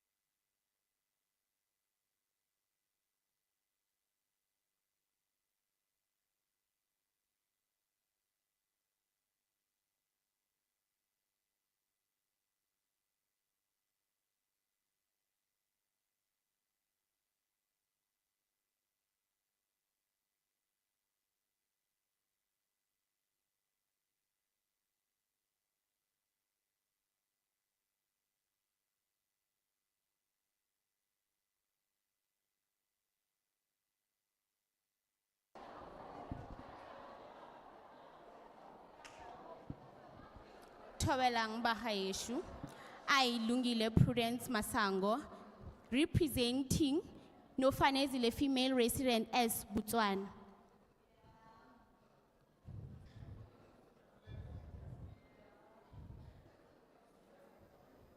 Let us listen to Botswana national anthem.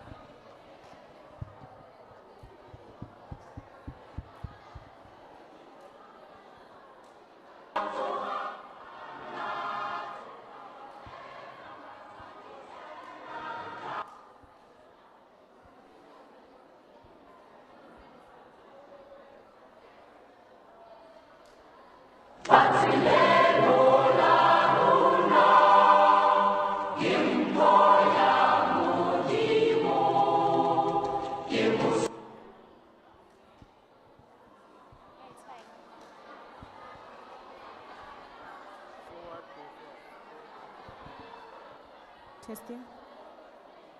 Welcome to the land of contrast, where the vast desert meets the majestic savanna. Botswana is a landlocked country located in southern Africa, bordered by South Africa, Namibia, and Zambia. History of Botswana. Botswana is inhabited by people of Proclamation Tswana origin collective called Botswana.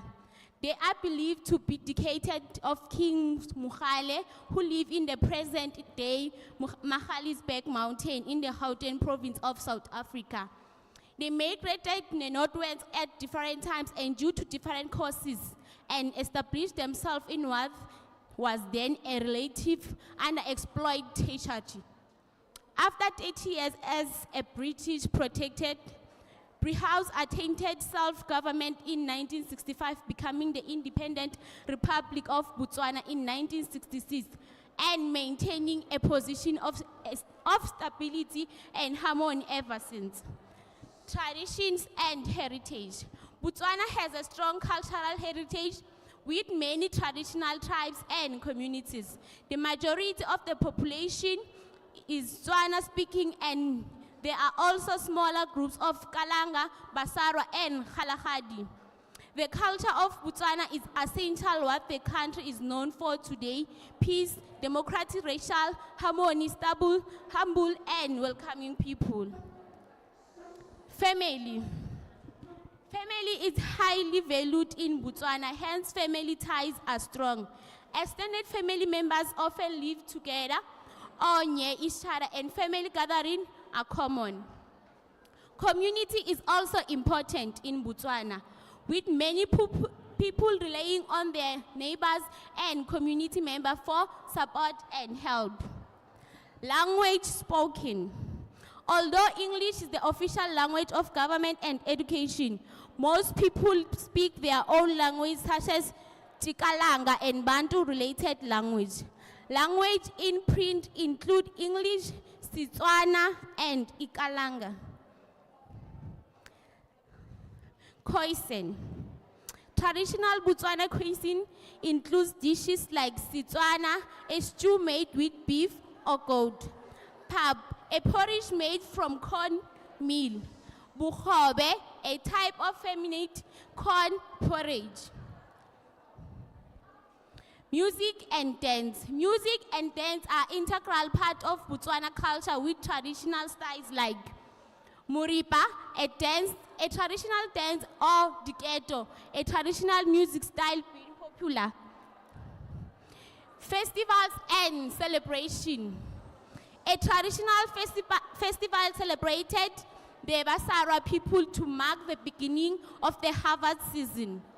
A celebration harmony the birthday of the ruling king or chief, a particular tribe or community. A traditional festival, the beauty and fertility of women. Customs and practices. The giving of gifts shows respect or appreciation for someone's help or kindness. Many people in Botswana rely on traditional medicine to treat illness rather than Western medicine. The importance of storytelling. Storytelling is a popular way to share history, culture, and value in Botswana. Thank you.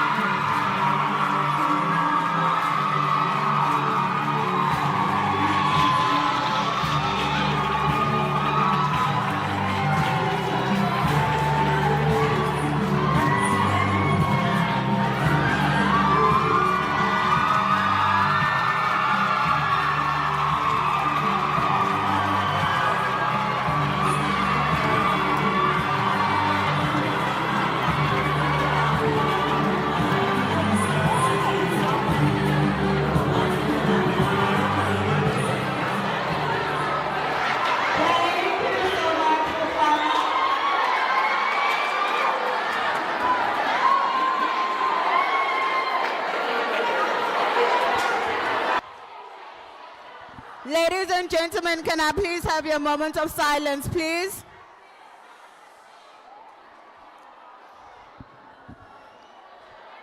Ghana, are you ready?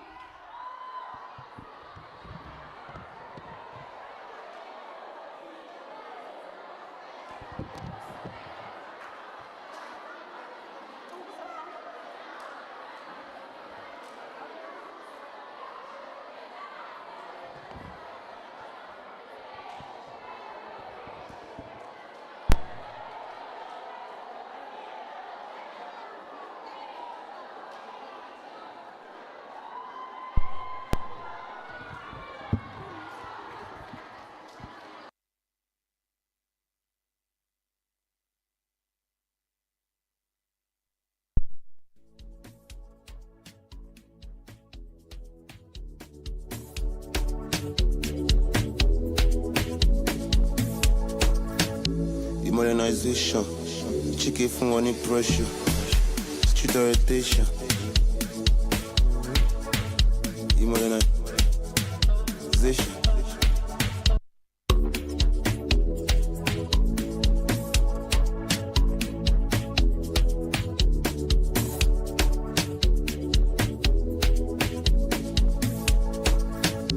Modernization, chicken from money pressure.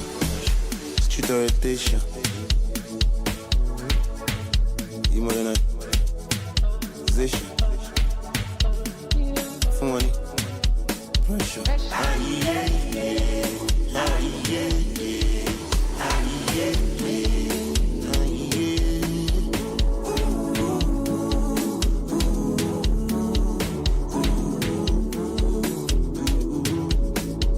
All my niggas sharp, bro. All my niggas sharp, bro. Cover face like Black Badger. Get feel like but we know they cut. TikTok boss them tap tap tap. Pass for the shit rababa. Oh my ijo rababa. Feeling good banana. Music don't need permission to enter your spirit. Anyway, anyhow, you know say you go feel me. Music don't need permission to enter your spirit. Yeah, yeah. Anyway, anyhow, you know.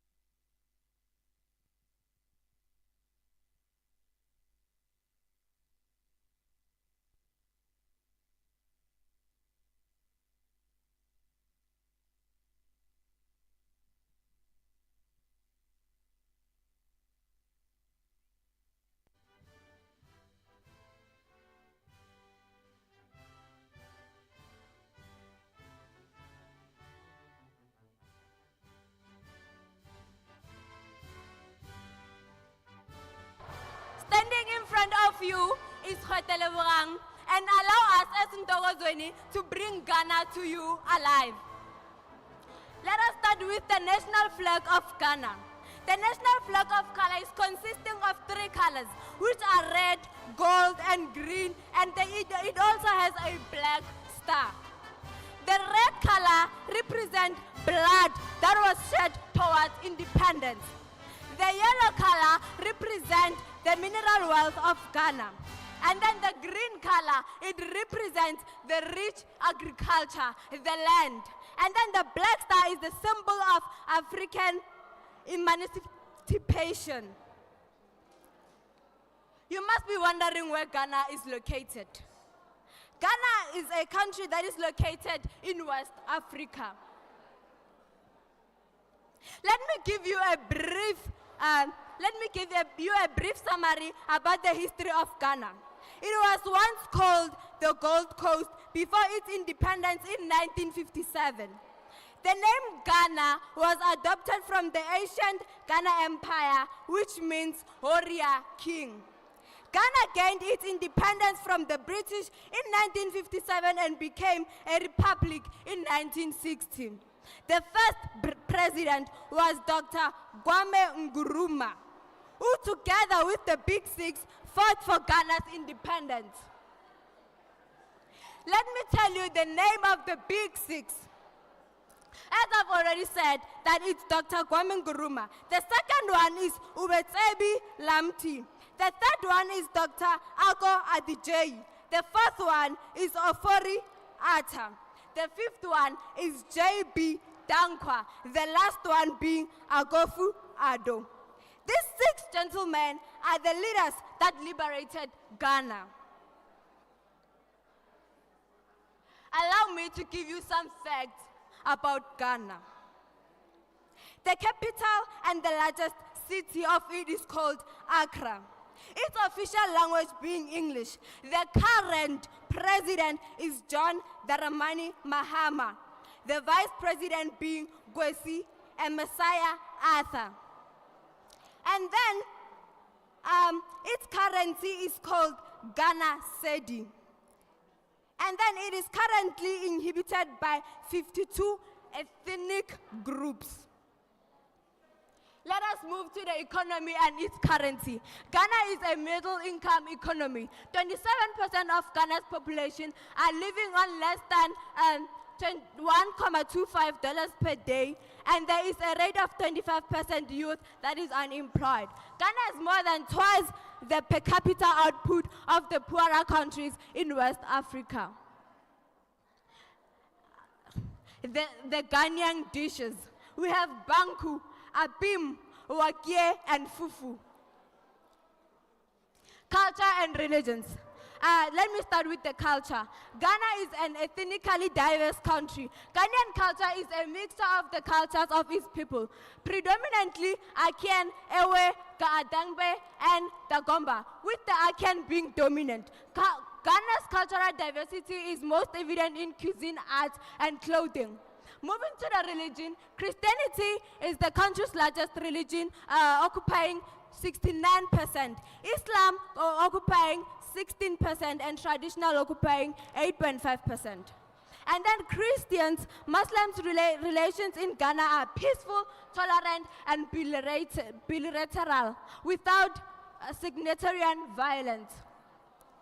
Coming to art, textiles are very important in Ghanaian culture. Different symbols and different colors mean different things. Kente is probably the most famous of all the Ghanaian cloths. Kente is an Akan ceremonial cloth, hand-woven on a horizontal thread loom. Music and dance. The music of Ghana is diverse and varies between different ethnic groups and regions. Each ethnic group has their own traditional dances, and there are different dances for different occasions. There are dances for various occasions. Some of the dances include Adowa, Kapnologo, Azondo, Lama, and Bayama. I thank you. And we will be starting with our storyline.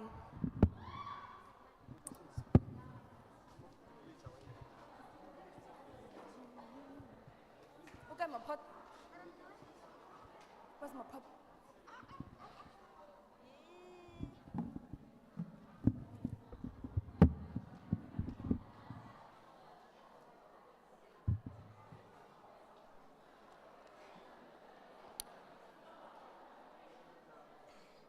Good day, ladies and gentlemen. We are going to portray a story about how Kwesi, an ancient farmer, won in Ghana. Kwesi was born in Dogwood Kingdom as a royalty. However, he didn't grow up as a prince, but as a normal villager. When his time to reign came, Najo, the ancient farmer, came to reveal his identity and told him to return to his people. The beginning. Kwesi tends to his crops while thinking about a united land. Najo, who is a keeper of an ancient tribe's secret, passes by and recognizes Kwesi as a long-lost child.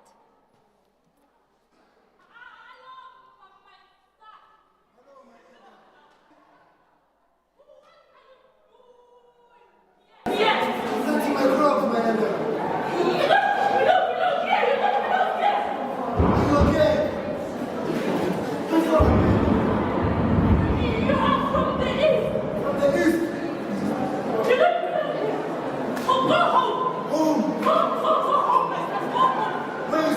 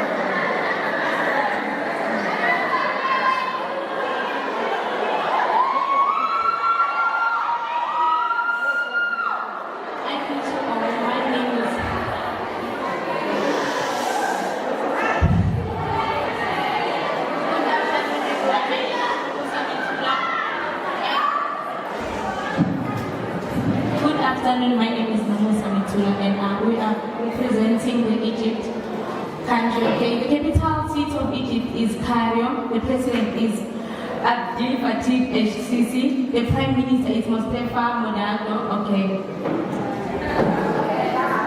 So the history of Egypt. Egypt has been in different conflict over the years, and war was the holy month of Ramadan. So Israel won the war. I won't talk much on the slides. We are going to showcase what is on the slides. mainly on agriculture, media, petroleum imports, natural gas, and tourism.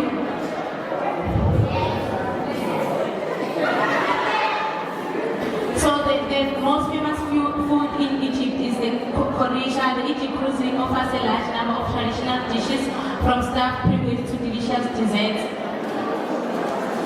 Then that's the culture of Egypt, the main culture and the modern culture after the 21st century. Then these are the interesting facts about Egypt, that the pyramids that are in Egypt are not built by slaves, were not built by slaves. Egypt is home for the longest river in Africa, the Nile River. Cairo is the largest city in Africa by population, and the last ancient wonder of the world is in Cairo, the Great Pyramid of Khufu. The interesting facts are continued on the slide. Enjoy, thank you.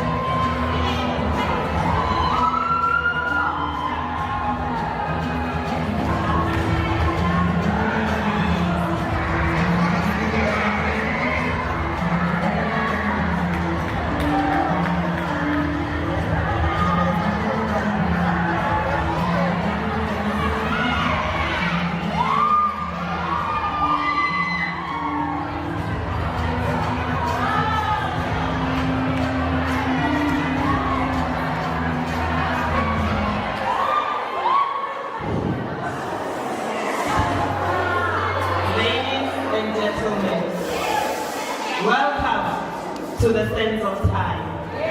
Our story begins in the heart of ancient Egypt during a time of turmoil and impending war, the Battle of Megiddo. 16 April 1457 BC, a fierce conflict that once shook the land looms in our memories as a testament of bravery and resilience. Today, we journey back to those days to witness the courage of King Pharaoh III and our Queen Cleopatra.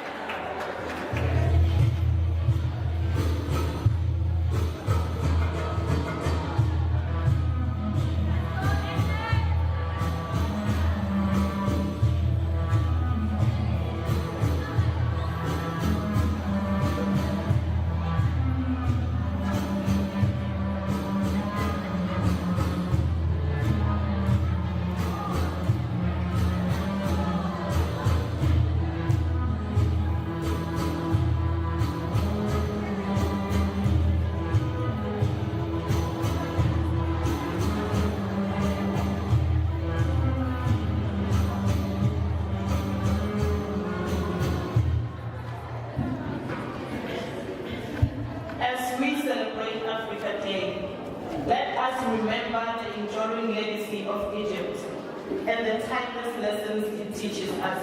From the bravery of our King Pharaoh and the wisdom of Cleopatra, their stories remind us that unity and resilience are the pillars of a thriving nation.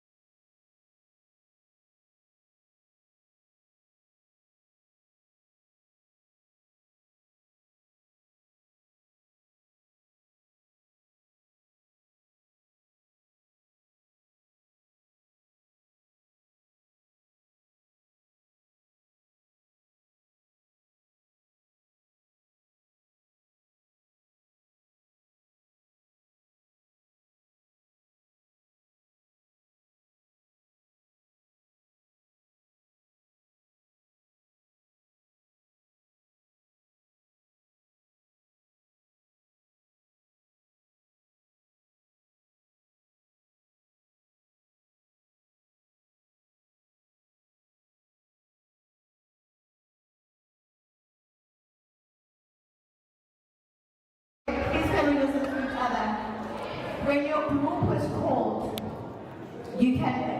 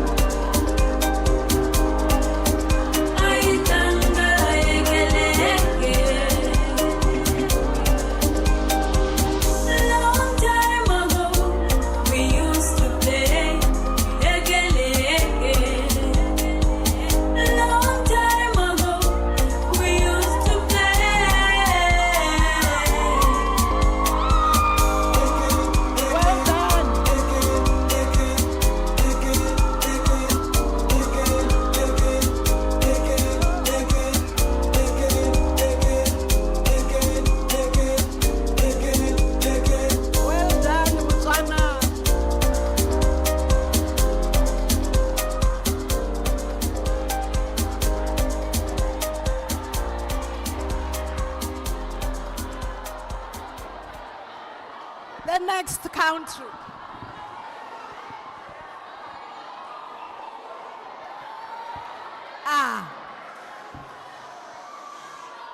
Well done, Botswana. The country that took number two. Number two. From the food to the presentation, everything about the country. They are leading with 130 points. The country is Ghana.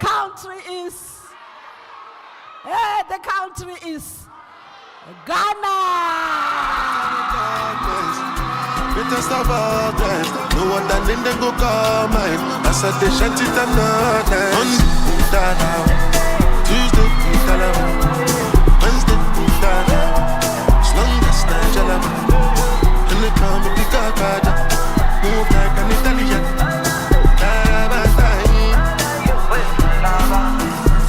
Have you ever seen a nigga like moi?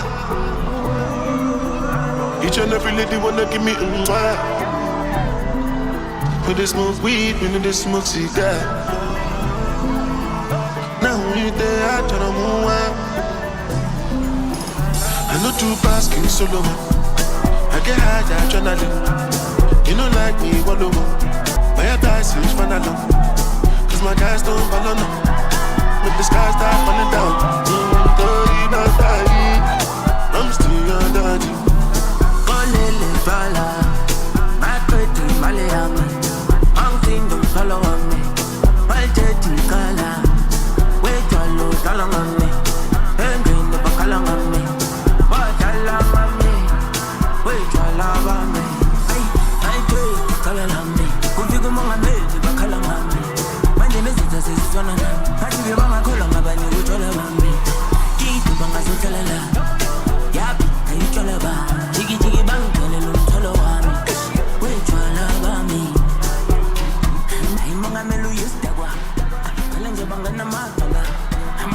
Congratulations, Ghana.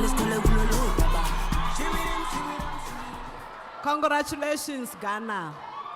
Well done, Ghana. Ghana, well done.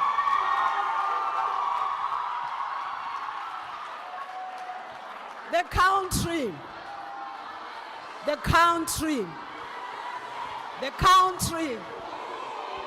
that took number one with 134 points. Obvious, ne? Obvious, ne? You can guess, ne? The country that took number one. Hey, which country is that? Egypt.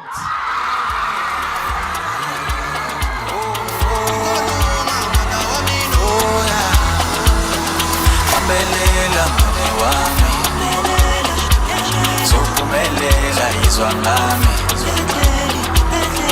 entombi yethu sinikiwe, sokuyakusasa amanye amandla. Amelela mane wami, sokumelela izwa ngami, entombi yethu sinikiwe, sokuyakusasa amanye amandla. Oh Nkosi, izwa imithandazo yabantwana bakho, ehlisa umoya wakho wempumelelo. Izwa imithandazo yabantwana bakho, Nkosi sikelela. Izwa imithandazo yabantwana bakho, ehlisa umoya wakho wempumelelo. Izwa imithandazo yabantwana bakho, Nkosi sikelela.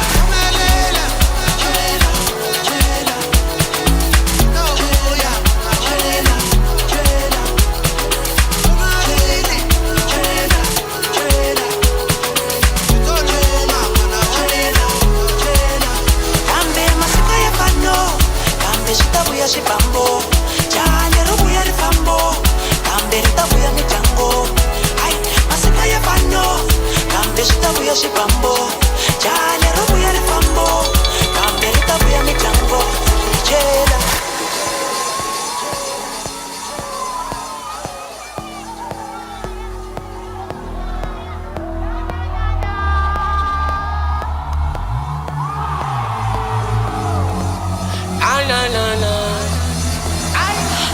Sigana esililo ay liyo kala nini ngeqilo